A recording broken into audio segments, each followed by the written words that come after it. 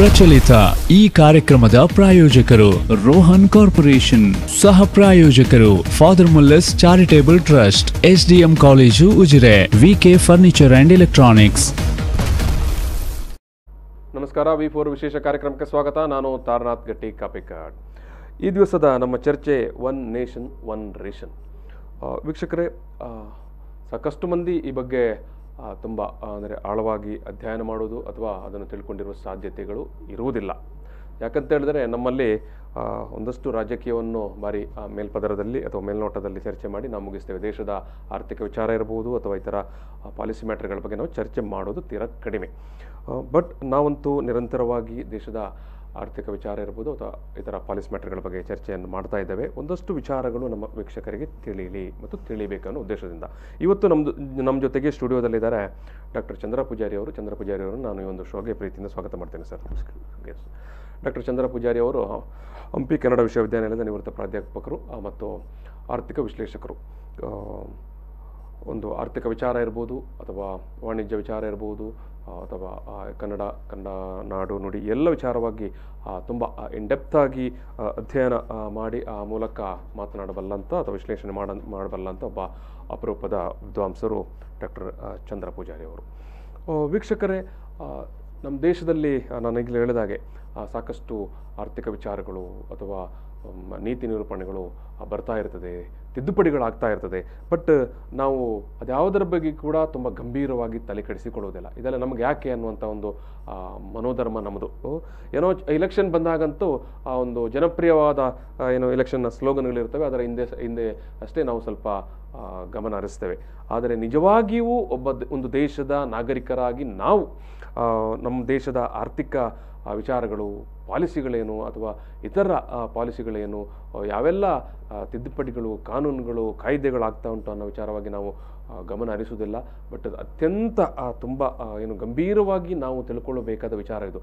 ಯಾವಾಗ ನಾವು ನಮ್ಮ ದೇಶದ ಆರ್ಥಿಕ ಪರಿಸ್ಥಿತಿ, ಆರ್ಥಿಕ ಸನ್ನಿವೇಶ, ಆರ್ಥಿಕ ಪಾಲಿಸಿ ಮ್ಯಾಟರ್ಗಳು ಮತ್ತು ಇತರ ಪಾಲಿಸಿ ವಿಚಾರಗಳ ಬಗ್ಗೆ ನಾವು ಚರ್ಚೆ ಆರಂಭಿಸ್ತೇವೋ ಆವಾಗಲೇ ಈ ದೇಶದಲ್ಲಿ ಒಂದು ಪ್ರಜಾಪ್ರಭುತ್ವ ವ್ಯವಸ್ಥೆ ಅಂತ ನಾವೇನು ಹೇಳ್ತೇವೆ ಅದು ಮತ್ತಷ್ಟು ನಿಮಗೆ ಅಂದರೆ ನಮಗೆಲ್ಲರಿಗೂ ಒಂದಷ್ಟು ಒಳ್ಳೆಯ ಮಾಹಿತಿಗಳು, ಇನ್ಫಾರ್ಮೇಷನ್ಗಳು ನಮ್ಮ ಜೊತೆಗೆ ಸಂವಹನ ಆಗಲಿ ಅನ್ನೋದ ದೃಷ್ಟಿಯಿಂದ ನಾವು ಈ ಒಂದು ಸಂವಾದವನ್ನು ನಡೆಸ್ತಾ ಇದ್ದೇವೆ. ಇವತ್ತು ನಾವು ಎತ್ತಿಕೊಂಡಿರುವಂಥ ಸಂವಾದವೇ ಒನ್ ನೇಷನ್ ಒನ್ ರೇಷನ್ ಅನ್ನುವಂಥದ್ದು. ಇವತ್ತು ನಮ್ಮ ದೇಶದ ಪರಿಸ್ಥಿತಿಯಲ್ಲಿ ಎಲ್ಲವೂ ಒಂದು ದೇಶ, ಒಂದು ಭಾಷೆ, ಒಂದು ಮಾರ್ಕೆಟ್, ಒಂದು ತೆರಿಗೆ, ಒಂದು ಪರೀಕ್ಷೆ ಮತ್ತು ಈಗ ನೋಡುವಾಗ ಒಂದು ರೇಷನ್, ಈ ಎಲ್ಲ ವಿಚಾರಗಳು ನಡುವೆ ಇದು ಕೇವಲ ಯಾಕಂತ ಹೇಳಿದ್ರೆ ಸರ್ಕಾರ ಕಳೆದ ಬಜೆಟ್ನಲ್ಲಿ ಕೇಂದ್ರ ಸರ್ಕಾರ ಹೇಳಿತ್ತು ನಾವು ಇಡೀ ದೇಶವ್ಯಾಪಿಯಾಗಿ ಒಂದೇ ರೇಷನ್ ಕಾರ್ಡ್ ಪದ್ಧತಿಯನ್ನು ಜಾರಿಗೆ ಮಾಡ್ತೇವೆ. ಅದು ತುಂಬ ವಿತರಣೆ ಮಾಡಲಿಕ್ಕೆ, ಆಹಾರ ಧಾನ್ಯಗಳನ್ನು ವಿತರಣೆ ಮಾಡಲಿಕ್ಕೆ ತುಂಬ ಸರಳವಾದ ಮತ್ತು ಸುಲಭವಾದ ಮಾರ್ಗೋಪಾಯ ಅಂತ ನಾವು ಆಲೋಚನೆ ಮಾಡಬೇಕಾದದ್ದು. ಒಂದು ದೇಶದಲ್ಲಿ ಅಥವಾ ಒಂದು ರಾಜ್ಯದಲ್ಲಿ ಯಾವುದೇ ಒಂದು ಪಾಲಿಸಿಗಳನ್ನು ಸಡನ್ ಆಗಿ ಚೇಂಜ್ ಮಾಡೋ ಹೊತ್ತಿಗೆ ಅದು ಕೇವಲ ಅಲ್ಲಿ ಆಡಳಿತಾತ್ಮಕ ಅನುಷ್ಠಾನ ಮಾಡಲಿಕ್ಕೆ ಸರಳವಾಗುವ ಕಾರಣಕ್ಕಾಗಿ ಮಾತ್ರವೇ ಮಾಡ್ತಾರೋ ಅಲ್ಲ, ಅದರ ಹಿಂದೆ ಸಾಕಷ್ಟು ಹಿಡನ್ ಅಜೆಂಡಾಗಳು ಇರುತ್ತವ ಅನ್ನೋದು ನಾವು ಚರ್ಚೆ ಮಾಡಬೇಕಾದ್ರೆ. ಯಾಕಂತ ಹೇಳಿದ್ರೆ ನಾವು ಇದೊಂದು ಭಾರಿ ದೊಡ್ಡ ಒಂದು ನಮ್ಮ ನಡುವೆ ಒಂದು ದೇಶ, ಒಂದು ಭಾಷೆ ಅನ್ನುವಂಥದ್ದು ಅದಾಯ್ತು. ಈಗ ಒಂದು ಮಾರ್ಕೆಟ್, ಒಂದು ಪರೀಕ್ಷೆ ಬಂದಿದೆ. ಈಗ ಒನ್ ನೇಷನ್ ಒನ್ ರೇಷನ್ ಬಂದಿದೆ. ಈಗ ಈ ಒಂದು ಒಂದು ಒಂದು ಒಂದು ಅನ್ನುವಂಥದ್ದು ಇದೆ ಅಲ್ಲ ಪರಿಕಲ್ಪನೆ, ಇದು ಏನು, ಇದರ ಇತಿಹಾಸ ಏನು, ಹಿನ್ನೆಲೆ ಏನು, ಎಲ್ಲಿಂದ ಬಂದದ್ದು, ಎಲ್ಲಿಂದ ಅಡಾಪ್ಟ್ ಮಾಡಿಕೊಂಡ್ರು ಅಂತ? ಅಂದರೆ ಬೇಸಿಕಲಿ ಇದರಲ್ಲಿ ಎರಡು ಭಾಗ ಮಾಡಿದರೆ, ಈಗ ಒಂದು ದೇಶ, ಒಂದು ಧರ್ಮ, ಒಂದು ಸಂಸ್ಕೃತಿ, ಒಂದು ಭಾಷೆ ಅಂತ ಹೇಳೋದು ಇದು ನಮ್ಮದಲ್ಲ. ನಮ್ಮದು ಬೇಸಿಕಲಿ ಹಲವು ಧರ್ಮ, ಹಲವು ಭಾಷೆ, ಹಲವು ಸಂಸ್ಕೃತಿ ಇರುವ ಒಂದು ದೇಶ ಇದು. ಸೊ ಅದು ಪೂರ್ಣವಾಗಿ ಪಶ್ಚಿಮದಿಂದ ಬಂದ ಐಡಿಯಾ ಇದು. ಸೊ ಅಲ್ಲಿ ಅವರು ಒಂದು ರಾಷ್ಟ್ರೀಯತೆಯನ್ನು ಕಟ್ಟಿಕೊಳ್ಳುವಾಗ, ಈಗ ಅದು ಜರ್ಮನಿ ಇರ್ಬೋದು, ಇಂಗ್ಲೆಂಡ್ ಇರ್ಬೋದು, ಅವರೆಲ್ಲ ಬೇಸಿಕಲಿ ಕ್ರಿಶ್ಚಿಯನ್ಸ್ ಆಗಿದ್ದರು. ಹಾಗೆ ಒಂದೇ ಧರ್ಮಕ್ಕೆ ಸೇರಿದವರು ಮತ್ತು ಹೆಚ್ಚು ಕಡಿಮೆ ಸಣ್ಣ ದೇಶಗಳದು. ಒಂದು ರಾಜ್ಯ, ನಮ್ಮ ಒಂದು ರಾಜ್ಯ ಅಲ್ಲ, ಕೆಲವು ಜಿಲ್ಲೆಯ ಮಟ್ಟಕ್ಕೂ ಇವೆ. ಒಂದೇ ಭಾಷೆ ಮಾತಾಡೋರು, ಒಂದೇ ಧರ್ಮಕ್ಕೆ ಸೇರಿದವರು, ಹೆಚ್ಚು ಕಡಿಮೆ ಒಂದೇ ಸಂಸ್ಕೃತಿಗೆ ಸೇರಿದವರು. ಸೊ ಒಂದೇ ಇರ್ತದೆ. ಅಂಥದ್ರಲ್ಲಿ ಸೃಷ್ಟಿಯದ್ದು, ಅದರ ಹಿನ್ನೆಲೆಯಲ್ಲಿ ಅವರು ರಾಷ್ಟ್ರೀಯತೆಯನ್ನು ಕಟ್ಟಿಕೊಂಡ್ರು. ಈಗ ನಮ್ಮಲ್ಲಿ ಇದನ್ನು ಆಮದು ಮಾಡಿಕೊಂಡು ಈಗ ನಾವು ಬಳಕೆಗೆ ತರ್ತಾ ಇದ್ದೇವೆ. ಅದು ನಿಮ್ಗೆ ಗೊತ್ತಲ್ಲ, ನಮ್ಮ ದೇಶ 130 ಕೋಟಿ ಜನ ಹೇಗಿರ್ಬೋದು, ಅದರಲ್ಲಿ ಎಷ್ಟು ಎಷ್ಟು ಭಾಷೆಗಳಿವೆ ಇಲ್ಲಿ, ಮತ್ತು ಎಷ್ಟು ಸಂಸ್ಕೃತಿಗಳಿವೆ, ಮತ್ತು ಎಷ್ಟು ದೇವರು ದಿಂಡ್ರು ಆಚಾರ ವಿಚಾರಗಳಿವೆ. ಇವಕ್ಕೆಲ್ಲ ನಾವು ಸಾರಾಸಕಟವಾಗಿ ಒಂದು ಸಂಸ್ಕೃತಿ ಒಂದು ಭಾಷೆ ಅಂತ ಹೇಳಿದರೆ ನಮಗೆ ಈ ನಮ್ಮ ಹಿಂದಿ ಭಾಷೆ ರಾಷ್ಟ್ರೀಯ ಭಾಷೆ ಅಂತ ಪ್ರಸ್ತಾಪ ಅಥವಾ ಉಲ್ಲೇಖ ಬಂದಾಗ ಕನ್ನಡಿಗರು ಕೂಡ ಧ್ವನಿ ಎತ್ತಿದ್ರು. ಹೌದು, ಆದರೆ ಕನ್ನಡ ಕನ್ನಡಿಗರು ಅಂದರೆ ಅದರಲ್ಲಿ ಹಿಂದಿನಿಂದಲೂ ತಮಿಳಿಯನ್ಸ್ ಅವರು ಭಾರಿ ಅಂದರೆ ಭಾಷೆಯ ವಿಚಾರ, ಹಿಂದಿ ಹೇರುವಿಕೆ ವಿಚಾರ ಬಂದರೆ ಅದನ್ನು ಕಟ್ಟ ವಿರೋಧಿಸಿದವರು ತಮಿಳಿಯನ್ಸ್. ಈಗ ಆ ಪ್ರಜ್ಞೆ ಕನ್ನಡದವರಿಗೂ ಬಂದಿದೆ, ತೆಲುಗು ಬಂದಿದೆ, ಮಲಯಾಳಿಗಳು ಕೂಡ ಮಾಡ್ತಾ ಇದ್ದಾರೆ, ಎಲ್ಲರೂ ಮಾಡ್ತಾ ಇದ್ದಾರೆ. ಸೊ ಅದೆಲ್ಲ ಅರ್ಥ ಇದೆ. ಯಾಕೆ ನಾವು ಭಾಷೆ ಬಗ್ಗೆ ಜಾಗೃತ ಆಗಬೇಕು ಅಂತ ಹೇಳಿದರೆ, ನೋಡಿ ಇವರು ಕಾನೂನು ತರ್ತಾರೆ ಇಷ್ಟೆಲ್ಲ. ಈಗ ಇದೇ ಪಾಲಿಸಿ ಇರ್ಬೋದು, ಮೊನ್ನೆ ರೈತರ ಕೃಷಿ ಮಸೂದೆಗಳಾದವು, ಇವೆಲ್ಲ ಎರಡೇ ಭಾಷೆಯಲ್ಲಿ ಪ್ರಿಂಟ್ ಆಗೋದು, ಒಂದು ಇಂಗ್ಲೀಷು ಒಂದು ಹಿಂದಿ. ಈಗ ಒಬ್ಬ ರೈತ ಅದನ್ನು ತಿಳ್ಕೊಂಡು ಹೇಗೆ ಅರ್ಥ ಮಾಡ್ಕೊಳ್ಳೋದು ಅದನ್ನು? ಸೊ ನಮ್ಮ ಕಾನ್ಸ್ಟಿಟ್ಯೂಷನ್ ಅಪ್ರೂವ್ಡ್ ಲ್ಯಾಂಗ್ವೇಜ್ ಅಲ್ಲ ಕನ್ನಡ, ಯಾಕೆ ಕನ್ನಡದಲ್ಲಿ ಅದನ್ನು ಮಾಡಬಾರ್ದು? ಯಾಕೆ ತಮಿಳಲ್ಲಿ ಮಾಡಬಾರ್ದು? ಯಾಕೆ ಮಲಯಾಳದಲ್ಲಿ ಮಾಡಬಾರ್ದು? ಯಾಕೆ ಕೇವಲ ಹಿಂದಿ ಮತ್ತು ಇಂಗ್ಲೀಷ್? ಅಂದರೆ ಬ್ರಿಟಿಷರು ಹೋದರೂ ಈಗ ಹಿಂದಿಯ ಹೇರುವಿಕೆ ಕೊಲೋನಿಯಲಿಸಮ್ ಆಗ್ತದೆ ಅದು. ಸೊ ಇದು ಸರಿಯಲ್ಲ. ಭಾಷೆ ಪ್ರಶ್ನೆ ಅಂತ ಹೇಳಿದರೆ ಕೇವಲ ಅದು ನಾವು ಮನೆಯಲ್ಲಿ ಮಾತಾಡೋ ಪ್ರಶ್ನೆ, ಬಳಕೆ ಪ್ರಶ್ನೆ ಅಲ್ಲ, ಅದು ಇಡೀ ನಿಮ್ಮ ಆಡಳಿತಾತ್ಮಕ ಜವಾಬ್ದಾರಿಯನ್ನು ಮತ್ತು ನಿಮ್ಮ ಆಡಳಿತವನ್ನು ನಾವು ಜೀರ್ಣಿಸಿಕೊಳ್ಳೋ ಸಾಮರ್ಥ್ಯವನ್ನು ಕೂಡ ವೃದ್ಧಿಸ್ತದೆ. ನೀವು ಕಾನೂನುಗಳು ನಿಮ್ಮ ಭಾಷೆಯಲ್ಲಿ ಬಂದಾಗ, ಕೋರ್ಟಲ್ಲಿ ಇದು ವಾಗ್ವಾದಗಳು ಕಾನೂನುಗಳೆಲ್ಲ ಕೋರ್ಟಲ್ಲಿ ನಮ್ಮ ಭಾಷೆಯಲ್ಲಿ ನಡೆದಾಗ ಯಾರೊಬ್ಬರು ಓದದವರು ಕೂತರು ಅವ್ರಿಗೆ ಅರ್ಥ ಆಗ್ತದೆ. ಇದು ಹಿಂದೆ ಸಂಸ್ಕೃತದಲ್ಲಿ ಪೂಜೆ ಮಾಡಿದಾಗೆ ಏನು ಮಾಡ್ತಾರೆ ನಮ್ಗೆ ಗೊತ್ತಾಗೋದಿಲ್ಲ. ಇದೇ ಸ್ಥಿತಿ ಈಗ ಆಡಳಿತ ನಡೆದಿದೆ. ಸೊ ಭಾಷೆ ಕೂಡ ಭಾರಿ ಮುಖ್ಯ. ಸಂವಿಧಾನದಲ್ಲಿ ಇಷ್ಟು ಭಾಷೆಗಳು ಅಧಿಕೃತ ಅಂತ ಒಪ್ಪಿದ ನಂತರ ಆ ಭಾಷೆಯಲ್ಲಿ ಯಾಕೆ ನೀವು ಕಾನೂನುಗಳನ್ನು ತರುವುದಿಲ್ಲ? ಈ ಪ್ರಶ್ನೆ ಇದೆ. ಅದರಲ್ಲಿ ಇದರ ಬಗ್ಗೆ ಅದು ನಾನು ಖಾಲಿ ಕಲ್ಚರಲ್ ಇಶ್ಯೂಸ್ ಆಯಿತು. ಬಟ್ ಈಗ ತೆರಿಗೆ ಕತೆ ನಾವು ನೋಡಿದ್ದೇವೆ. ನಾವು ಮೊನ್ನೆ ಚರ್ಚೆ ಮಾಡಿದ್ದೇವೆ GST ಬಗ್ಗೆ. ಇಡೀ ದೇಶಕ್ಕೊಂದು ತೆರಿಗೆ ಬಂದರೆ ಎಲ್ಲ ನಾವು ಸರಿ ಆಗ್ತದೆ ಅಂತ ಆಯ್ತು, ಪರಿಹಾರ ಆಗ್ತದೆ, ದೇಶ ಅಭಿವೃದ್ಧಿಯಲ್ಲಿ ಭಾರಿ ಜೋರಾಗಿ ಓಡ್ತದೆ ಅಂತ ಆಯಿತು. ಈಗ ಆಯ್ತಪ್ಪ GST ಬಂತು. GST ಬಂದಾಗ ನೀವು ಒಂದು ಆಲೋಚನೆ ಮಾಡಬೇಕು. ಇಂಪ್ಲಿಮೆಂಟ್ ಮಾಡುವಾಗ ಒಂದೇ ಹೊತ್ತಿಗೆ GST ಬರೋ ಮೊದಲು ವ್ಯಾಲ್ಯೂ ಆ್ಯಡೆಡ್ ಟ್ಯಾಕ್ಸ್ ಇತ್ತು. ಹೆಚ್ಚು ಕಡಿಮೆ ಒಂದು 80% ಸರಕು ಸೇವೆಗಳ ಮೇಲೆ 15% ವ್ಯಾಟ್ ಇತ್ತು. GST ಬಂದಾಗ ತಕ್ಷಣ ಅದು 18%ಗೆ ಜಂಪ್ ಆಯಿತು. 3% ಟ್ಯಾಕ್ಸ್ ಏರಿಕೆ ಆಯಿತು ಅದರಲ್ಲಿ. ಆಯಿತು, ಅದೆಲ್ಲ ಆಯಿತು ಅಂತ ಇಟ್ಕೊಳ್ಳುವ. ಈಗ GST ಇವರೆಲ್ಲ ರಾಜ್ಯಗಳು ಅವರ ಇಡೀ ಅಂದರೆ ತೆರಿಗೆ ಹಾಕುವ ಒಂದು ಅಧಿಕಾರವನ್ನೇ ಕೇಂದ್ರಕ್ಕೆ ಒಪ್ಪಿಸಿದರು. ಒಪ್ಪಿಸುವಾಗ ಏನು ಕಂಡೀಷನು ಅಂತ ಹೇಳಿದರೆ, ನಮಗೆ ಹಿಂದೆ ಎಷ್ಟು ತೆರಿಗೆ ಸಂಗ್ರಹ ಆಗ್ತದೆ ಅಷ್ಟನ್ನು ನೀವು ಕೊಡಬೇಕು, ಕೊಡದಿದ್ದರೆ ಆ ವ್ಯತ್ಯಾಸ ಏನಿದೆ ಅದು ತುಂಬಿಸಿ ಕೊಡಬೇಕು ಅಂತ. ಸೊ ಅದಕ್ಕೋಸ್ಕರ ಒಂದು ಕಾಯ್ದೆನೂ ಆಯಿತು, ಕಾಂಪನ್ಸೇಷನ್ ಆ್ಯಕ್ಟ್ ಅಂತ. ಬಟ್ ಮೊನ್ನೆ ನೋಡಿದ್ರಲ್ಲ ನೀವು, GST ಕೊಟ್ರಾ? ನೀವು ಸಾಲ ಮಾಡಿ ಅಂತ. ಇನ್ನು ಪರೀಕ್ಷೆ ಬಗ್ಗೆನೂ ನಾವು ಮಾತಾಡಬೇಕು. ಯಾಕೆ ಗೊತ್ತಾ, ಇವರು ಒಂದೇ ಪರೀಕ್ಷೆ ಅಂತ ಮಾತಾಡ್ತಾ ಇದ್ದಾರೆ. ಈಗ ಮೆಡಿಕಲಲ್ಲಿ ನೀಟ್ ಬಂದಿದೆ, ಅದೇ ರೀತಿ ನಮ್ಮ ಮೇಸ್ಟ್ರುಗಳಿಗೆ ನೆಟ್ ಇದೆ, ನ್ಯಾಷನಲ್ ಎಂಟ್ರೆನ್ಸ್ ಟೆಸ್ಟ್ ಅಂತ. ಈಗ ಪ್ರಶ್ನೆ ಏನು ಅಂತ ಹೇಳಿದರೆ, ಅದನ್ನೆಲ್ಲ ತರೋದು ಯಾಕೆ ಅಂತ ಹೇಳಿದರೆ ಗುಣಮಟ್ಟ ವೃದ್ಧಿಸಲಿಕ್ಕೆ ಅಂತೇಳಿ. ನಾನು ಹೇಳ್ತಾ ಇರೋದು ಖಾಲಿ ಪರೀಕ್ಷೆ ಮಾಡಿ ಗುಣಮಟ್ಟ ವೃದ್ಧಿ ಆಗ್ತದ? ನೀವು ಮೆಡಿಕಲ್ ಅಂದರೆ ಡಾಕ್ಟ್ರುಗಳ ಗುಣಮಟ್ಟ ವೃದ್ಧಿ ಆಗಬೇಕು ಅಂತ ಹೇಳಿದರೆ ಆ ಮೆಡಿಕಲ್ ಕಾಲೇಜುಗಳ ಸಂಖ್ಯೆ, ಅಲ್ಲಿ ಮೇಸ್ಟ್ಗಳ ಸಂಖ್ಯೆ, ಫೆಸಿಲಿಟಿ ಮೇಲೆ, ಅದರ ಮೇಲೆ ಮಾಡೋ ಇನ್ವೆಸ್ಟ್ಮೆಂಟ್, ಇದರ ಸರ್ಕಾರ ಮೇಲೆ ಕನಿಷ್ಠ 1% ಕೂಡ ಇನ್ವೆಸ್ಟ್ ಮಾಡ್ತಾ ಇಲ್ಲ. ಕಂಪ್ಲೀಟ್ಲಿ ಪ್ರೈವೇಟ್ನವ್ರು ಇನ್ವೆಸ್ಟ್ ಮಾಡ್ತಾ ಇದ್ದಾರೆ, ಅವರು ದಂಧೆ ಮಾಡ್ತಾ ಇದ್ದಾರೆ. ಸೊ ಇದೆಲ್ಲ ಹೀಗಿರುವಾಗ ನೀವು ಅದರ ಗುಣಮಟ್ಟ ವೃದ್ಧಿಸ್ತೇವೆ ಅಂತೇಳಿ ಒಂದು ಪರೀಕ್ಷೆ ಮಾಡಿದ ಕೂಡಲೇ ಕ್ವಾಲಿಟಿ ಇಂಪ್ರೂವ್ ಆಗ್ತದಾ? ಸೊ ನಾನು ಹೇಳ್ತಾ ಇರೋದು ಜನರನ್ನು, ನಾನು ಹೇಳೋದಲ್ಲ, ನಮ್ಮ ಸೌತ್ ಕನ್ನಡ ಭಾಷೆಯಲ್ಲಿ ಮಂಗ ಮಾಡೋ ಪ್ರೋಸೆಸ್ ಇದು. ಏನೋ ಹೇಳಿ ಇದು ಗುಣಮಟ್ಟ ವೃದ್ಧಿ ಆಗೋದಿಲ್ಲ. ನಿಜವಾಗಿ ಗುಣಮಟ್ಟದ ಬಗ್ಗೆ ಸರ್ಕಾರಕ್ಕೆ ಕಾಳಜಿ ಇದ್ದರೆ ಹೆಲ್ತ್ ಸೆಕ್ಟರ್ ಮೇಲೆ ಕನಿಷ್ಠ GDPಯ 3% ಇನ್ವೆಸ್ಟ್ ಮಾಡಬೇಕು. ಪರೀಕ್ಷೆ ಮಾಡೋದಲ್ಲ, ಅದು ಸಾಧನೆ ಅಲ್ಲ.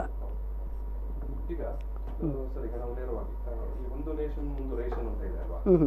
ಏನಿದು ಅಂದ್ರೆ ಏನು ಹೇಳಲಿಕ್ಕೆ ಬಯಸ್ತಾರೆ ಅಥವಾ ಏನನ್ನು ಮಾಡಲಿಕ್ಕೆ ಬಯಸ್ತಾರೆ, ಏನನ್ನು ಕೊಡಲಿಕ್ಕೆ ಬಯಸ್ತಾರೆ ಈ ಒಂದು ಮೂಲಕ? ಬೇಸಿಕಲಿ ಸರ್ಕಾರ ಒಂದು ಪಬ್ಲಿಕ್ ಕನ್ಸಂಪ್ಷನ್ಗೋಸ್ಕರ, ಅಂದರೆ ಜನರಿಗೊಂದು ಜನರನ್ನು ಒಪ್ಪಿಸ್ಲಿಕ್ಕೋಸ್ಕರ ಒಂದು ವಾದ ಮುಂದಾಡ್ತಾ ಇದೆ.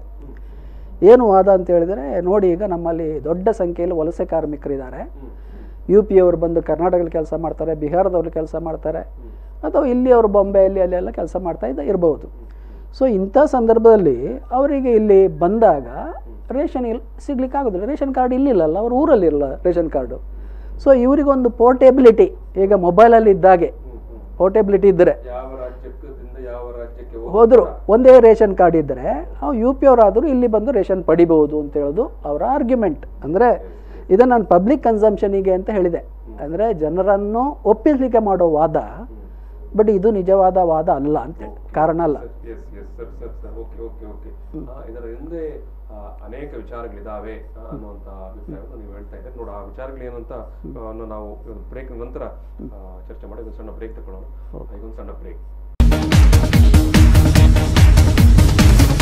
ಪ್ರಚಲಿತ ಈ ಕಾರ್ಯಕ್ರಮದ ಪ್ರಾಯೋಜಕರು ರೋಹನ್ ಕಾರ್ಪೊರೇಷನ್, ಸಹ ಪ್ರಾಯೋಜಕರು father Mullers charitable trust, SDM college Ujire, VK furniture and electronics. One nation one ration ಈ ಒಂದು ಸಂವಾದ ಕಾರ್ಯಕ್ರಮಕ್ಕೆ ಮತ್ತೆ ಸ್ವಾಗತ. ನಾವು ಈ ಒಂದು ಸಂದರ್ಭದಲ್ಲಿ ಈ ಒನ್ ನೇಷನ್ ಒನ್ ರೇಷನ್ ಅನ್ನುವ ವಿಚಾರ ಏನು, ಅದು ಏನು ಪ್ರಸ್ತಾಪ ಅನ್ನೋ ಬಗ್ಗೆ ಮಾತಾಡ್ತಾ ಇದ್ದೇವೆ. ಈ ಸಂದರ್ಭದಲ್ಲಿ ನಮ್ಮ ಜೊತೆಗೆ ಹಂಪಿ ಕನ್ನಡ ವಿಶ್ವವಿದ್ಯಾನಿಲಯದ ನಿವೃತ್ತ ಪ್ರಾಧ್ಯಾಪಕರಾಗಿರುವಂಥ ಡಾಕ್ಟರ್ ಚಂದ್ರ ಪೂಜಾರಿ ಅವರಿದ್ದಾರೆ. ಈಗಾಗಲೇ ನಾವು ಈ ಒನ್ ನೇಷನ್ ಒನ್ ರೇಷನ್ ಅನ್ನುವ ವಿಚಾರದಲ್ಲಿ ಅವರು ಒಂದಷ್ಟು ಸಂಕ್ಷಿಪ್ತ ಮಾಹಿತಿಗಳನ್ನು ಕೊಟ್ಟರು. ಅಂದರೆ ಇದು ವಲಸೆ ಕಾರ್ಮಿಕರನ್ನು ಉದ್ದೇಶವಾಗಿಟ್ಕೊಂಡಂಥ ಒಂದು ಯೋಜನೆ ಅಂತ. ಬಟ್ ಅದರ ಹಿಂದೆ ಇನ್ನೂ ಅನೇಕವಾದ ನಿಗೂಢ ಅರ್ಥಗಳಿದ್ದಾವೆ, ಯೋಜನೆಗಳಿದ್ದಾವೆ ಅನ್ನೋ ಬಗ್ಗೆ ಅವರು ಮಾತಾಡ್ತಾ ಇದ್ದಾರೆ. ಈಗ ಚಂದ್ರ ಪೂಜಾರಿ ಅವರೇ, ಇದು ಈಗ ಸರ್ಕಾರ ಬಿಂಬಿಸಿರುವಂಥ ಏನು ವಲಸೆ ಕಾರ್ಮಿಕರಿಗೆ ಅನುಕೂಲವಾಗಲಿ ಅನ್ನುವಂಥ ಒಂದು ಉದ್ದೇಶ ಮಾತ್ರವೋ ಅಲ್ಲ, ಇನ್ನು ಉದ್ದೇಶಗಳಿದ್ದಾವೆಯೋ, ಅದು ಏನು ಅಜೆಂಡಾ ಅಥವಾ ಏನು ವಸ್ತುಸ್ಥಿತಿ ಅಥವಾ ಬೇರೆ ಯಾವ್ಯಾವ ಆಡಳಿತಾತ್ಮಕ ವಿಚಾರಗಳನ್ನು ಸರಿದೂಗಿಸಿಕೊಳ್ಳಿಕ್ಕೆ ಮಾಡ್ತಾ ಇದ್ದಾರಾ? ಅಂದರೆ ಈಗ ನೋಡಿ, ಇವರ ಸರ್ಕಾರದ ವಲಸೆ ಕಾರ್ಮಿಕರ ಮೇಲಿನ ಇವರ ಕಾಳಜಿ ನಮಗೆ ಕೊರೋನಾ ಸಂದರ್ಭದಲ್ಲಿ ಅರ್ಥ ಆಗಿದೆ.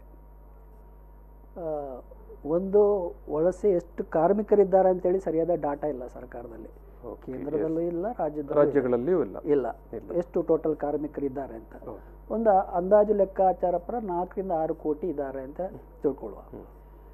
ಅದರ ಬಗ್ಗೆ ಬರೋ ಮೊದಲು ನಾವು ವಲಸೆ ಕಾರ್ಮಿಕರು ಆ ಕೊರೋನಾ ಸಂದರ್ಭದಲ್ಲಿ ಊಟ, ವಸತಿ, ಪ್ರಯಾಣಕ್ಕೆ ವ್ಯವಸ್ಥೆ ಇಲ್ಲದೆ ಬೀದಿಯಲ್ಲಿ ಸತ್ತು ಮತ್ತೆ ಮಕ್ಕಳನ್ನು ಕಂಕಳಲ್ಲಿ ಹೆಗಲಲ್ಲಿ ಇಟ್ಕೊಂಡು ಕಿಲೋಮೀಟರ್ ಗಟ್ಟಲೆ ನಡ್ಕೊಂಡಿದ್ದಾರೆ. ಅದನ್ನು 1 ತಿಂಗಳು ಈ ಪ್ರಕ್ರಿಯೆ ನಡೆದಿದೆ. ಅದನ್ನು ಮೀಡಿಯಾ ತೋರಿಸಿ ಸುಪ್ರೀಂ ಕೋರ್ಟಲ್ಲಿ ಅದರ ಬಗ್ಗೆ ಒಂದು ಸುಮೋಟೋ ಕೇಸ್ ಹಾಕಿದರೆ ವಿಚಾರಣೆಗೆ ಎತ್ತಿಕೊಳ್ಳಿಲ್ಲ ಸುಪ್ರೀಂ ಕೋರ್ಟ್.